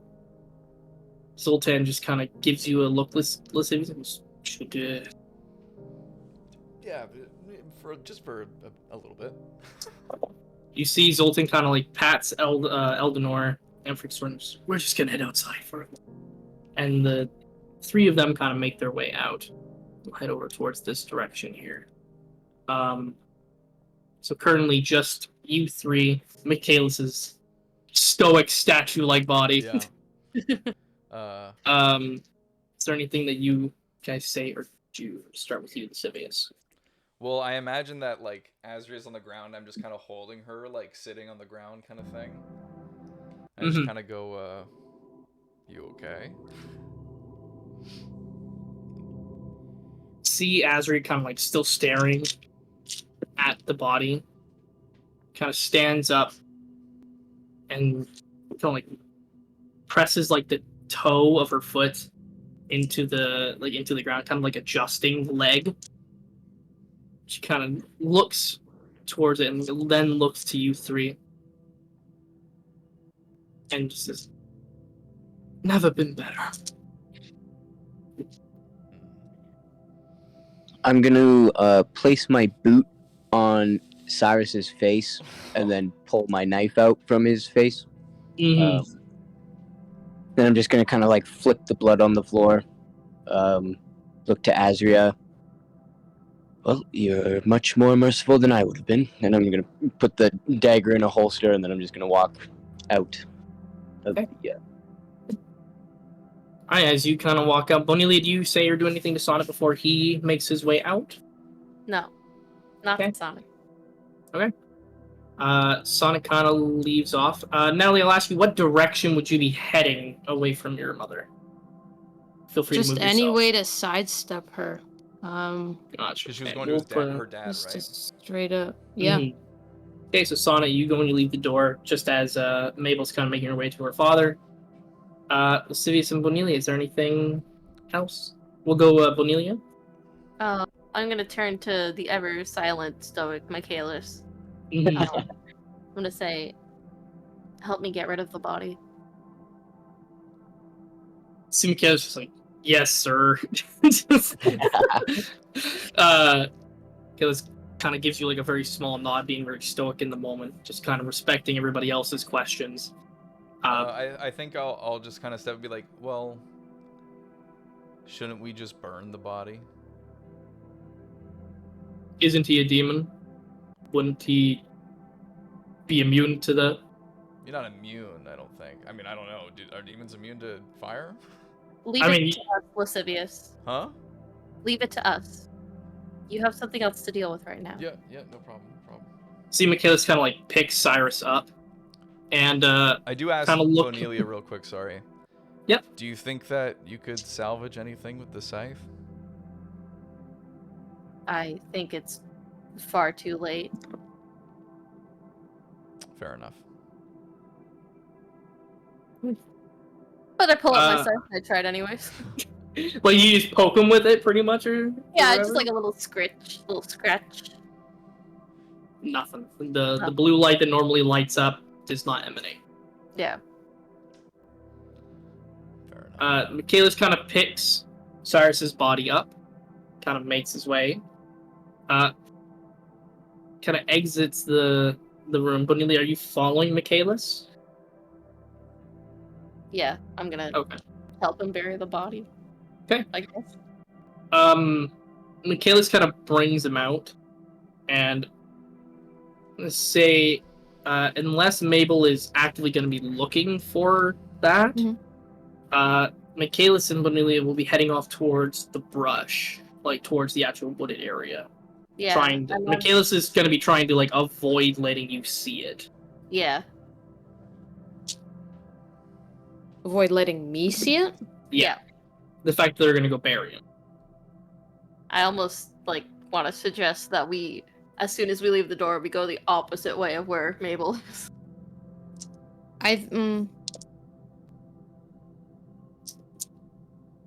No. I'm just gonna go straight up to my father. Okay. Alright, so Bonilla and Michaelis kind of make their way up in this. Sorry, cats are making weird noise. Head up towards this direction up here. Take them just far enough into the woods, and you both can kind of begin like digging up dirt or using magic to kind of lift it out, or whatever the scenario would be. Lascivious. Yeah. So you are currently left with just Azria at the moment. Mm-hmm. I kind of just be like, how does it feel getting revenge, I guess? I don't know what that was. See, she kind of puts a hand on you, and you see there's like another like tear that kind of goes down her face. Mm-hmm. She doesn't bother to look you in the eyes, and she like rests her hand on your shoulder, because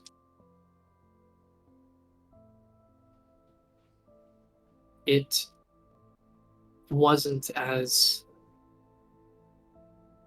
helpful as I thought it would be. Yeah. I hope yours is better than mine. And she goes to walk past you.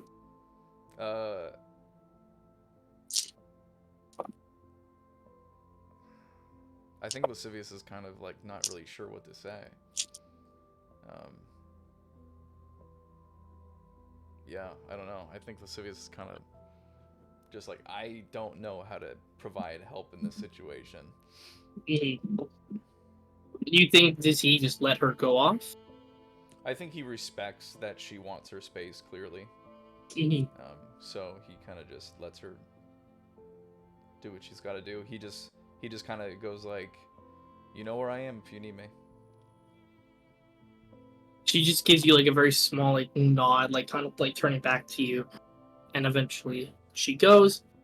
She follows Bonelia and Michaelis for a while as they head off. So we'll come back to those three in a sec. I think Lascivious just sits down and doesn't leave. Okay. Mabel, you get up to your father.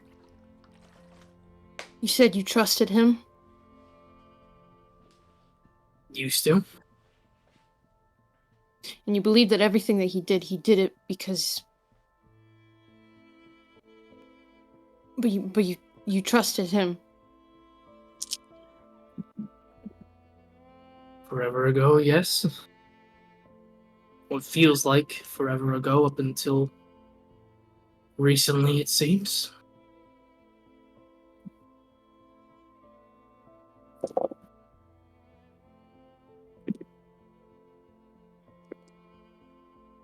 I don't even know why I'm asking you that. Okay. And Mabel is going to...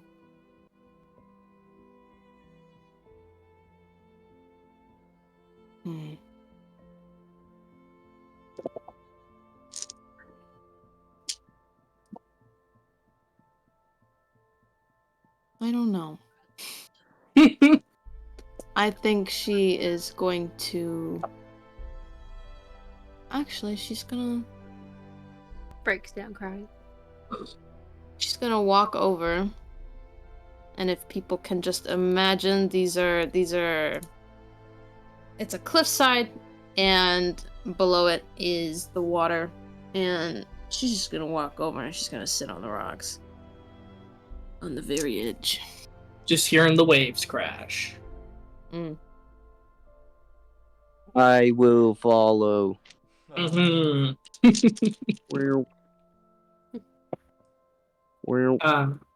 Before we come to Sonnet and Mabel, Bonelia, Yeah. how are you helping with the kind of burial process? I'm helping dig. Okay. What I'll get you to do is I'll get you to roll a athletics check with Michaelis. I know Michaelis' athletics check, so... Okay. Michaelis definitely gets it. That was almost a nat 20. Of course, the one time that I roll something crazy, it's for another player. I got 18. An 18, okay, yeah. Both of you just very swiftly are able to make like a sizable spot for Cyrus. Michaelis kind of very gently puts him down. See, Azri kind of watches with her arms crossed as Michaelis kind of begins like shoveling dirt into the actual burial spot itself. I'm gonna turn to Azria. He wasn't very respectful of my goddess, but do you want me to say a prayer for him? You see she kind of looks, like, doesn't even look towards you. Her eyes are, like, straight up focused on the spot. And she says, he doesn't deserve one, but if you believe that it's meant to, then you can do so. I will not ask for it, though.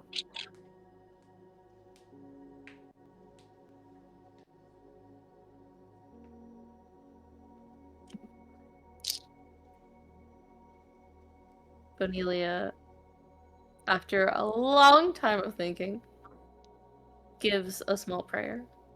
Okay. As the final bits of dirt kind of get shoved over and into the hole, see, she gives like one last look, and she takes out her two daggers. She puts them together, and she chucks them into the hole as Michaelis kind of puts the final bit of dirt over. She kind of looks at him, just goes, "That was the only gift that he ever gave me. I used them for a long time. Hopefully now this means that every part of me has nothing to do with him."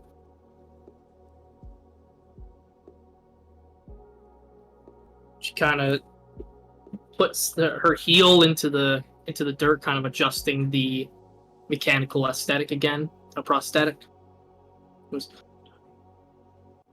I'm going to be out here for a little bit.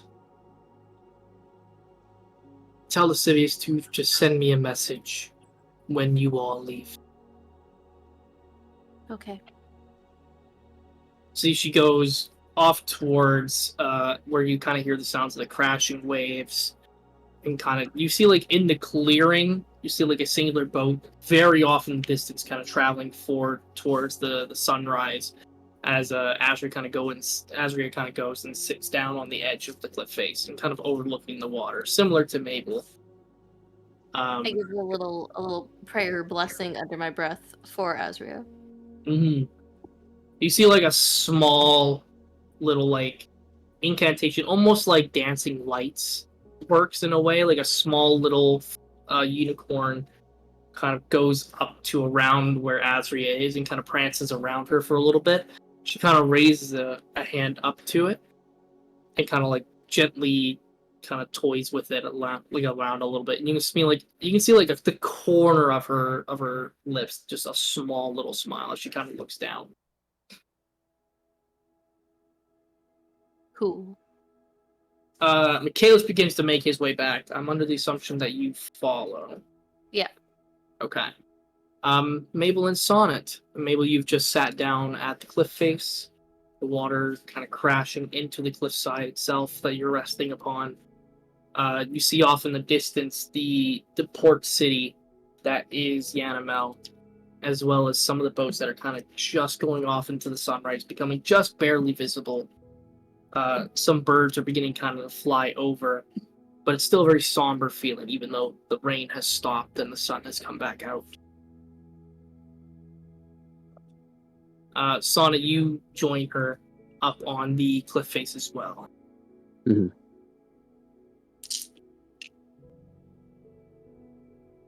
You know she's in a lot of pain, Azria.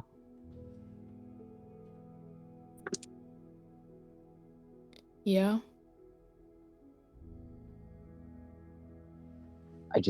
I know you're probably upset with her. It's just, once you kill your father, it doesn't really get much better. I think we should maybe not be so harsh on her.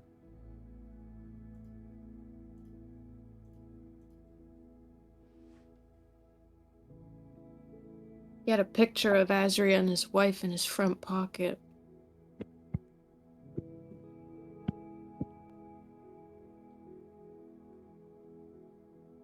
I see. Why didn't you say anything?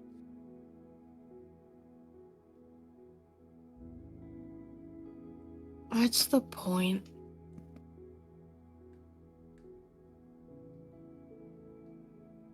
I mean, any sort of insight into the man is good knowledge to have. Would that have changed anything? I don't know. I don't know how he would have reacted to the photo. I don't know if his motives maybe are tied to his family.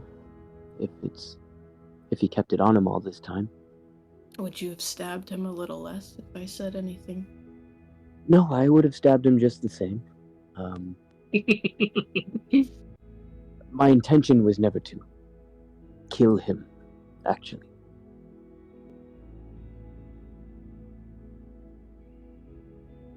But, you know, interrogations, you kind of have to give off the guise that you are going to kill them.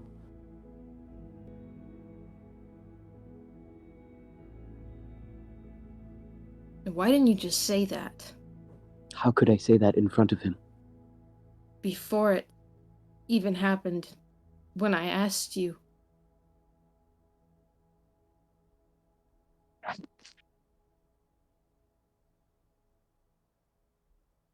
needed it to be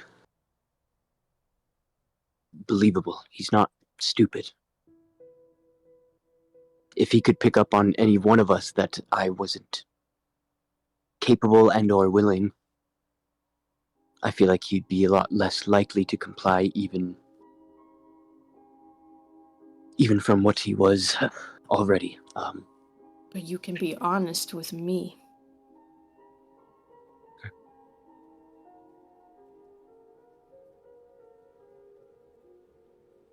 feel like I was pretty honest with what I said. I told you I was going to stab him.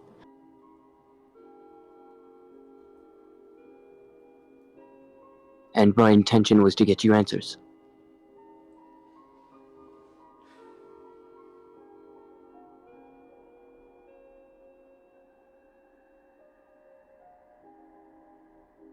Yeah, I know.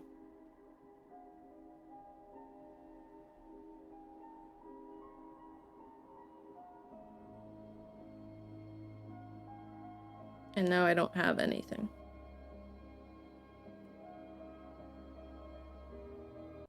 Well, one thing, See, but that's not enough. I thought that way as well. Tekuin's gone. My sister is on a bit of a time crunch now.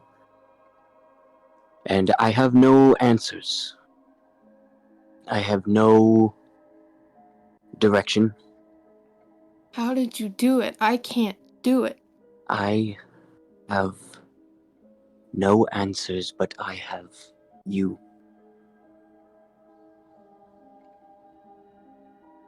And I have faith in you.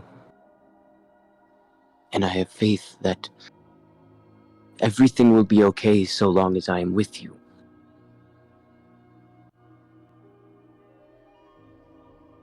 And I'm sure Tekuin felt that when I denounced him.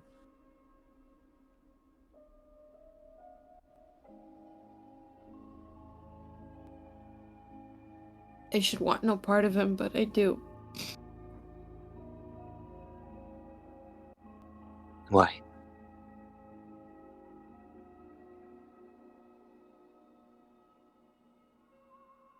I don't know.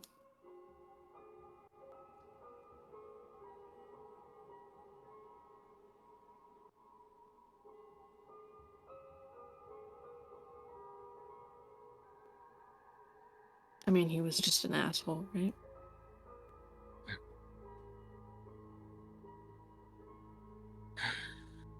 Well, he was to us.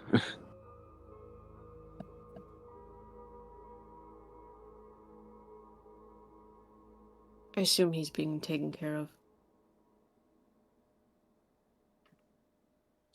I think so.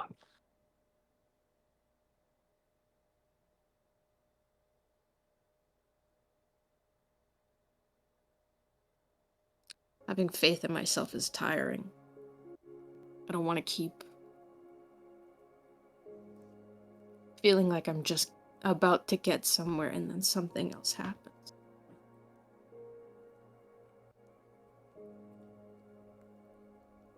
I'm sure you know the term progress isn't linear.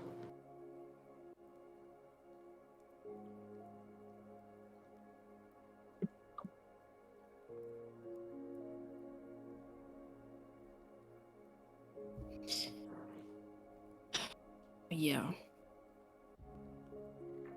Just don't like hearing it. Trust me, I know.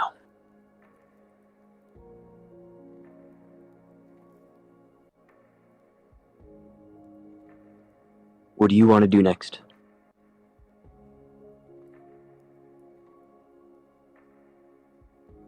I don't know. I kind of figured you haven't even thought about next. Oh, I've been thinking about a lot of things. Yeah. We have people missing. I can't even go back home. There are people everywhere. We're here.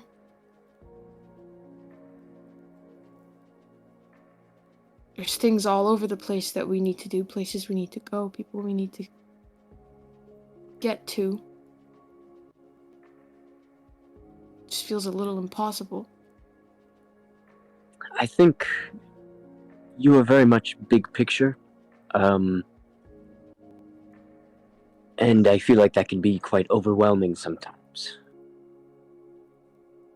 Maybe we just focus on what we do know. We have enemies that need to be taken care of. We know that we can't access those enemies thus far. We have time. And so, what can we do in that meantime? I need to restock. I'm sure we all need more power.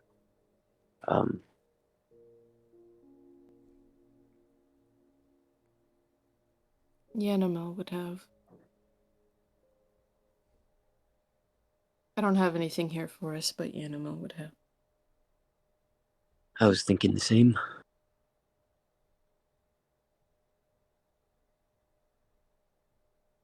Well, I feel like we should probably get moving here pretty soon. I know things have been pretty tough for us, but I don't know if we can afford to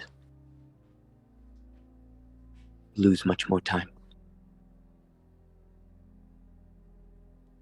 Yeah, there's never enough. And I'll get up and I'll start,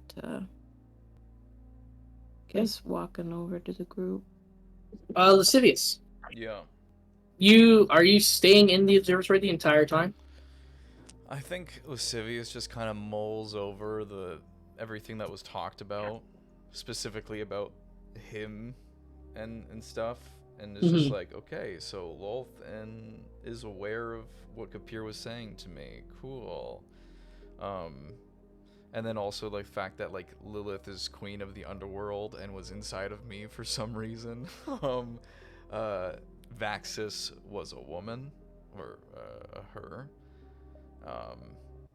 And then the fact that Azria killed her father, and I don't think that Cyrus's death is sitting well in Lascivious. I think he's kind of like, clearly he wasn't a good guy, but a big part of him feels like he was putting on an act. And I think that like the moment when Lascivious kind of called him out on it, even if I didn't roll anything or whatever, the way that he kind of reacted but then just defaulted into going back into what he was, says to Lascivious that something was going on there, like something was up there. But I think that ultimately, yeah, Lascivious just kind of is like, all right, and then just kind of walks out to the rest of everybody outside, and okay. You know. As things kind of go, Amelia has kind of a little bit more of a concerned look as she's like kind of looking off towards the direction of Mabel and Sonnet. As you kind of come out, Mabel and Bonelia have come by. Azria is nowhere to be found. You see Nidai so far and behind have all kind of begun to get like their packs and things kind of going. Frixori and Eldenor as well are kind of getting things prepped to go.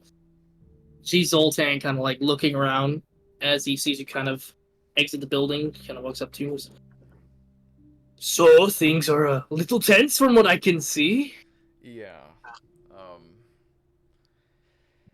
Well, so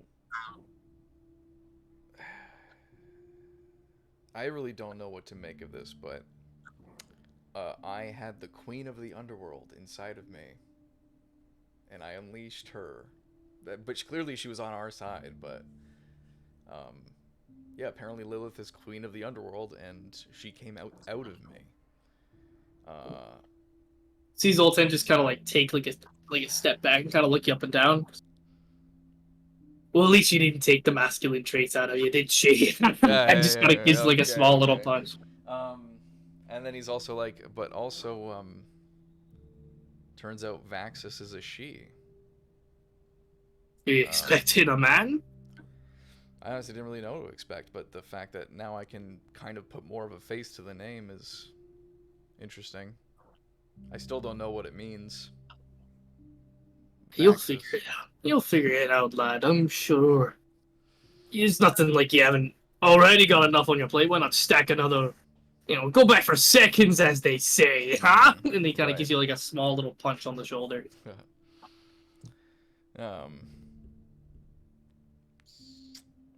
What are you gonna do? Kind of like looks around. I'm not exactly sure, to be fair. Frixori mentioned she's going back to Gilda to figure out what's going on with the rest of the Copperheads. Mhm. Uh, the group that your friend, Bonelia, they're currently going to make their way to the boats that are far off on the opposite side of Gilda, off by the woods. Right. The Magnolias have.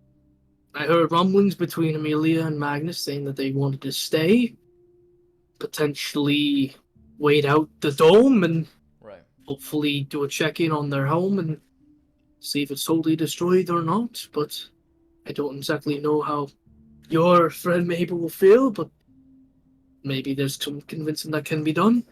Right. I'm not exactly sure where that sits myself. Cheshire is locked in the dome, from what I'm aware. Mhm. Currently, I'm a little bit directionless.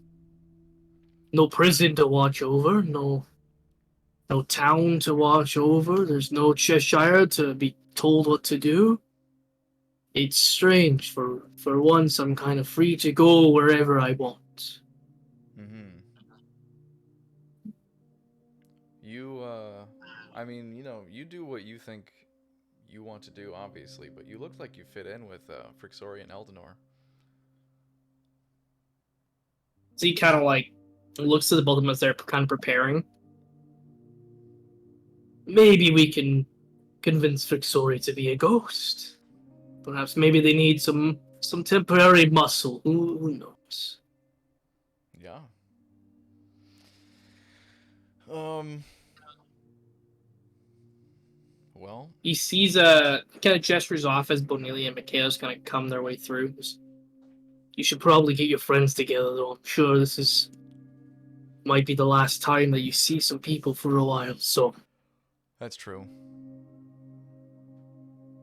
I just kind of message Azria and I just go, I think we're all getting prepared to leave or set off on whatever we're doing. you hear a response back. I still need some time. I love you. Be safe. Love you too. You also be safe.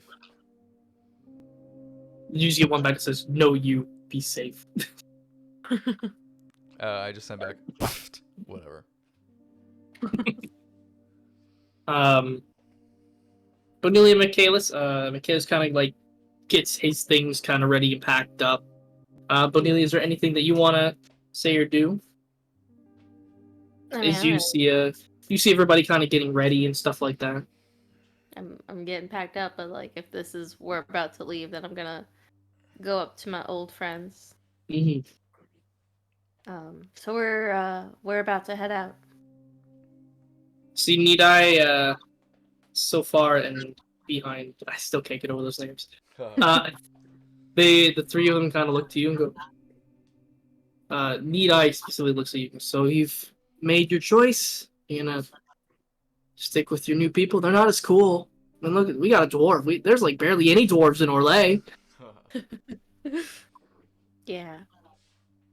But I mean, we also have so far, and he's an elf. There's like a dime a dozen of them here.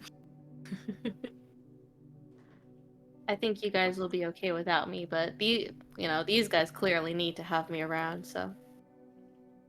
See, behind kind of like gives you like a very small little pat on the shoulder. Just, oh, I mean, somebody's got to make sure that people stay safe and healthy. Am I right?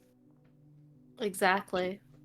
And you've been doing a pretty good job at keeping these two from pissing off everyone.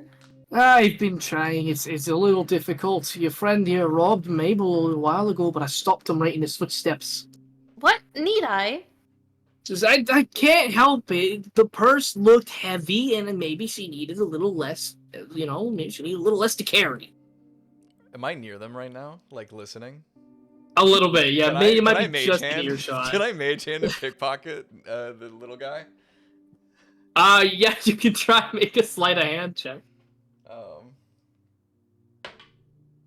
That's a 17 on the die, so that's gonna be a. Oh no. 10, I don't even think with perception, though. I don't think he'd be able to see. 25. Maybe. Yeah, no. You very, like, with Bonelia kind of, like, talking to them, Bonelia, you see a mage hand kind of very sneakily creep up behind Nidai and just snatch one of the 4 different pouches that he has on him and just kind of goes back to Lascivious. As you hear, like, Nidai kind of talking, like, maybe she just need to carry a little less, maybe. Behind, just kind of like, no, you are stealing, and it's not nice, especially when they're Bonelia's friends. And so far, just kind of looks and goes, well, I thought everybody was stunning, with the exception of the tiefling and maybe the big hulking brute, but I thought they were all right. Here's a parting gift for you, Nidai. And I give him 50 gold. Okay. He just kind of looks at it and goes, oh, okay. I'm not gonna say no, but you see, he kind of like puts it on, but he puts it exactly where the one that Lascivious thrifted was, and you see, kind of like clues in for a second.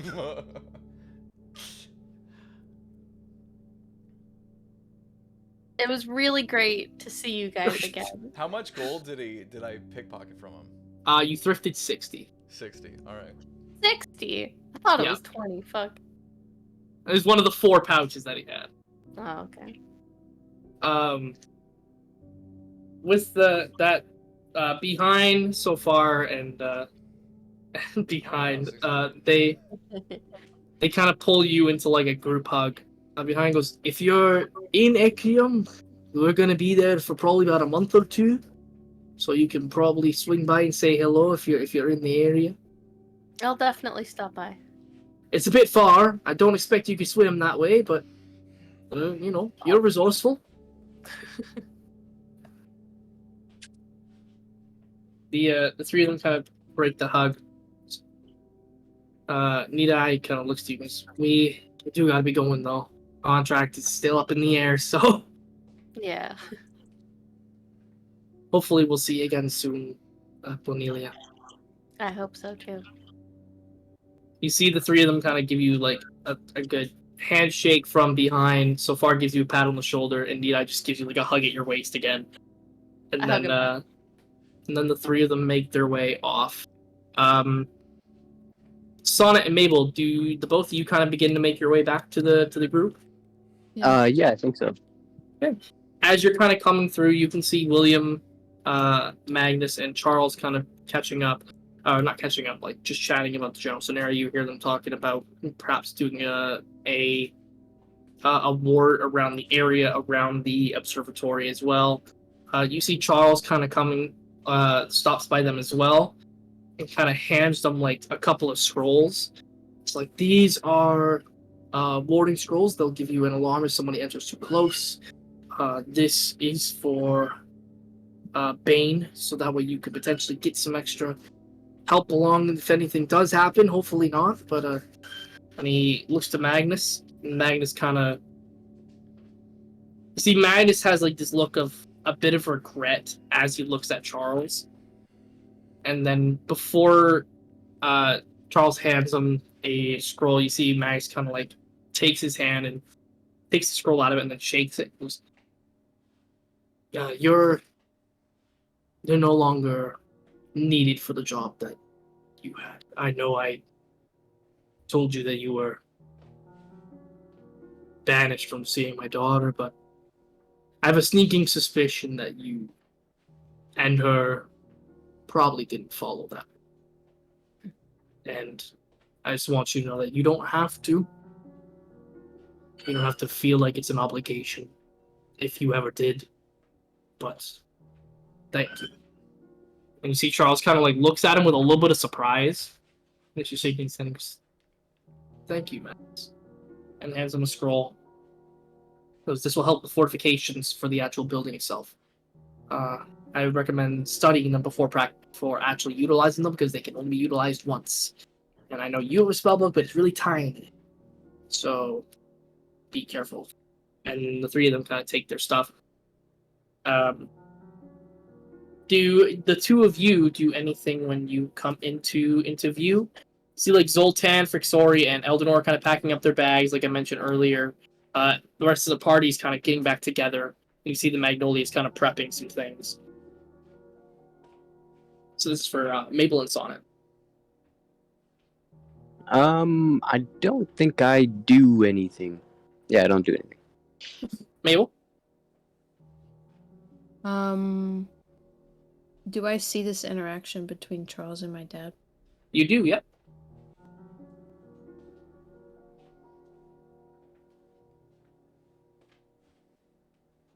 I am going to approach.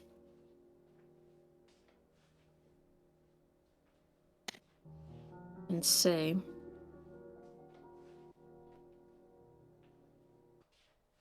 we're all leaving for Yanamel, I assume. See, Amelia, Magnus, and William kind of look to you. We're actually gonna stay. We're gonna No, do you're some... not staying. See, Yeah. Magnus kind of looks to you. Says, yes, we are. Charles has given us some warding scrolls for alarms for the vicinity of the observatory. I've got this scroll to help mend the fortifications of the actual observatory. And we want to make sure that if something happens to Zawar, we'd like to go back and get our home in order if possible, and help anybody that might have been displaced coming back home. No, you can't stay because I need to go.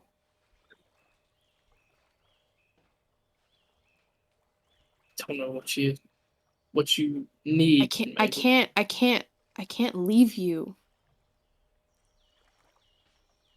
You see William kind of like puts his hand on your shoulder.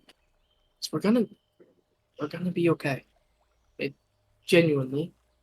We will message as soon as if anything seems out of order, and I imagine that you'll just dimension door here because you're the almighty Mabel now. Arguably, probably the most powerful spellcaster in our entire bloodline at the moment.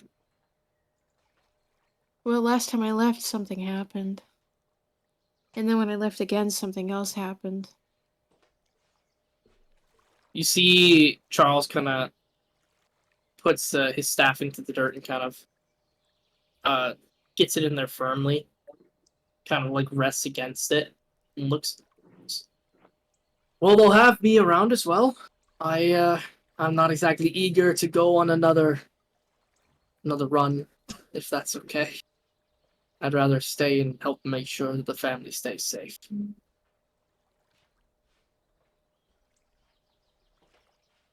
I promise you, Mabel, nothing's gonna happen to us again.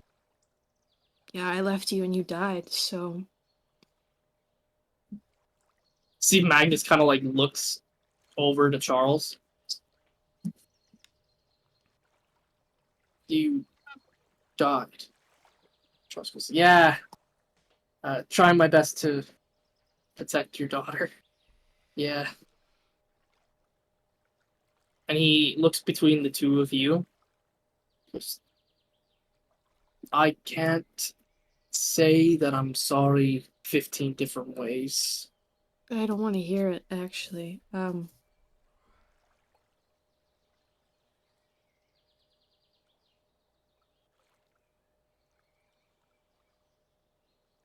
If you stay, I can't do anything, but if you come with me, then I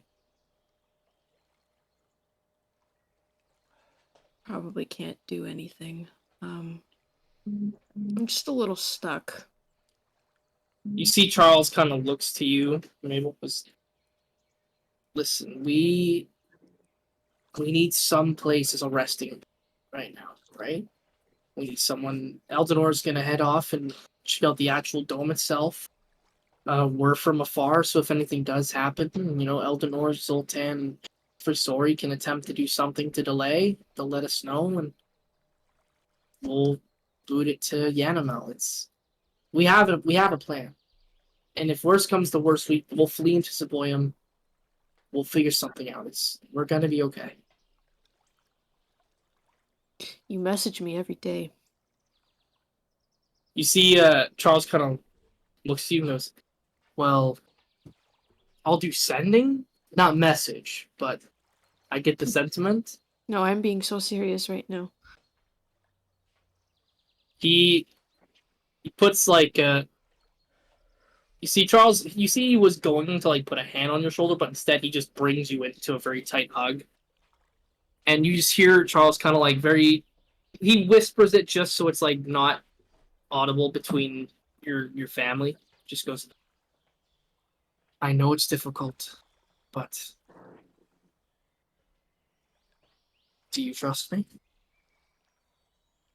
And you hear like a very small laugh. He goes, you're serious, I'm serious. If you trust me, we will do fine on our own. And I'll do a sending each day.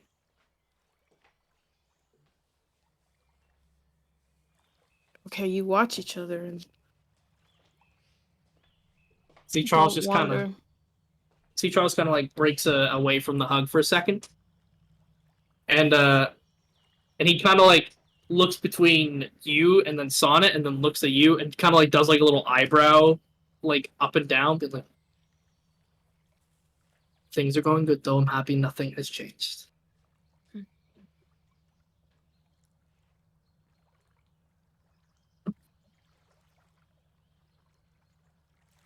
Okay, we'll get going then. So he kind of breaks off. We have a lot of work to do, so hopefully the 5 of you are up and well. Amelia kind of goes up to each of you and gives you like a small little like to-go bag. It's like got some like sautéed fruits and berries and stuff in it. Very like well. yes, Oh. like very very basically made. Yeah. Like it's nothing special, but she's tried the best with what's available. Put it to my side.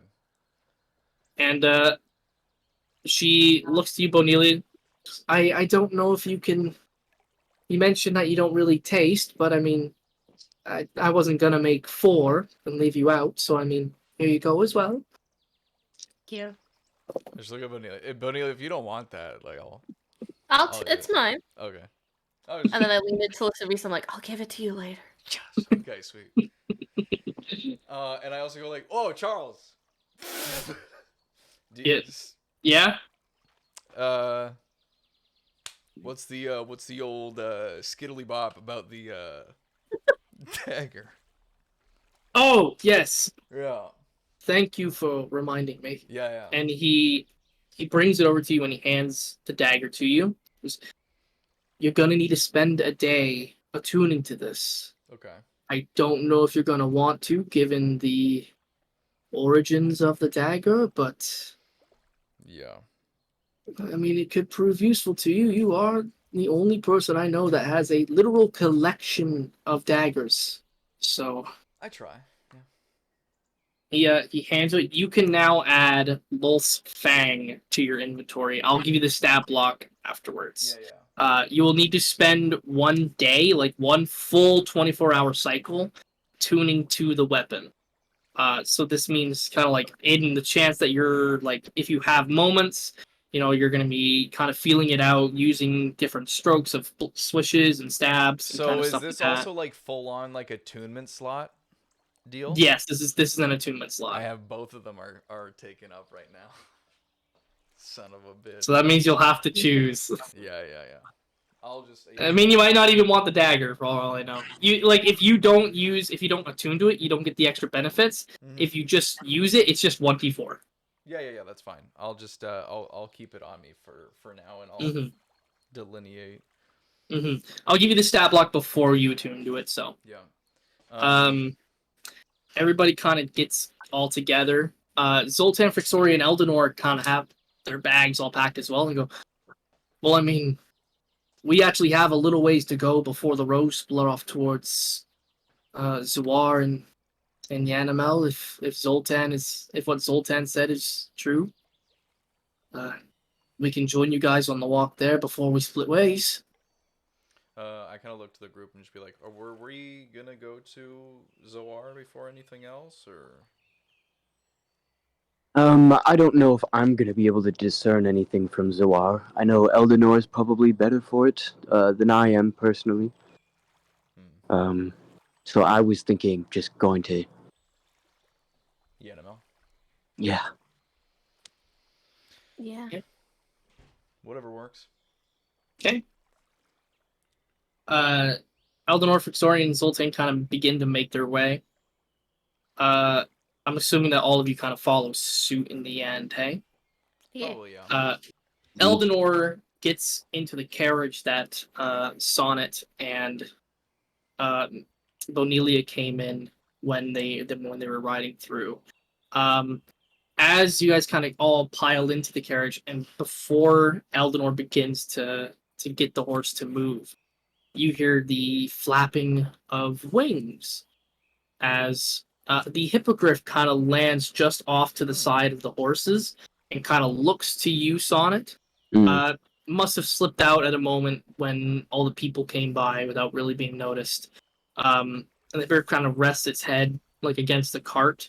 You can see like from the like it looked like it wasn't beating for very long, but man, it looks like it's out of breath and is still kind of recuperating Yeah. from what happened to it the day before. But it's come up to you and it's kind of giving you this look of like reassurance, saying that like, oh, I'll be okay, but do you want me to come? In the kind of like a way. Yeah, I'm just like, no, go back, rest. You must rest. You see the hippogriff kind of looking over. "Ah!" The hippogriff kind of goes off to the side and kind of rests down like a cat would, kind of like just against the building. Charles kind of looks at the hippogriff and goes, "Mabel, I mean, now we have a whole like defensive. We could practically have a dog, like a guard dog." Yeah, I get it. He gestures off, and then the Magnolias and Charles kind of wave to you all as Eldenor gets the cart moving.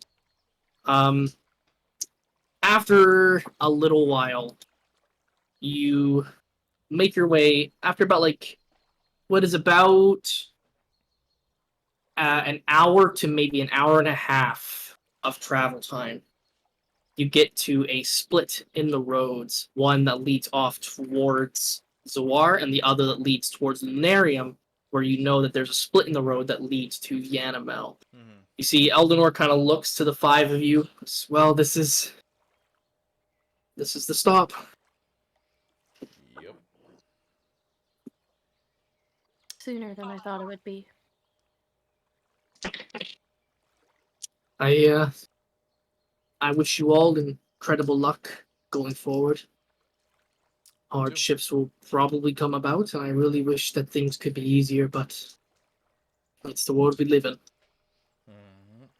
Frixori kind of looks to all of you, because I've also decided that I'm not gonna go check on the Copperheads. I'm sure news will get back to them whenever. So for now, I think I'm gonna stick along with these two, and maybe we'll figure something out about the dome. Zoltan kind of gives you like a small little shakeless. It was like he's got his hands on your shoulders and gives you like a little shake about. And you, my boy. Yeah. I don't think I even need to say anything. You're gonna be fine, just like you always have been. Yeah, you too. And I'm gonna punch him in the stomach. Oh, he gasps like, oh my lad!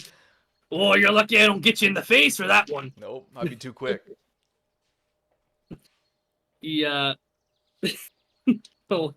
see like he's got like this very proud kind of look as the five of you kind of get off the carriage. Eldenor gives you one final look on it, and he just lifts up the stone and gives you a small little nod before putting it back in his pocket. And they make their way towards the Zoar city limits. All right. The five of you kind of saddle up, get your backpacks in order, and begin to make your way to Yanamel. And I'm gonna say that's where we're gonna end today's session. I don't want to do too much more without Michaelis. Like I know it's a lot of roleplay stuff, but I think now is a good point to end it before anything else. very major continues to happen. So good True. session, everybody. Good session. Yeah. Session. Good shit. Yeah, yeah. I apologize for the no combat. I expected to get moving along a little quicker than that, but Yeah. Huh. No apology. All good. No necessary. complaints. If we didn't like that, we wouldn't have been so engaging with the talking. So. True. I hope everybody felt like they got like a moment and stuff like that, because that when it's just roleplay stuff, it is really hard to figure out. Like, okay, we've stuck with this person a while. Let's go to this person. Now I felt like I got my time. Okay, that's. I felt like I That's got more good. than my time. Honestly, the first time that I wanted to talk to Nidai about Zahir, I had nothing else planned except that question, and then it turned into a whole conversation. I was like, oh, okay. That's typically how it goes. You think that your conversation is going to be very minimal and kind of quick and stuff, and then all of a sudden you burst into a long conversation that exposes lore. Yeah.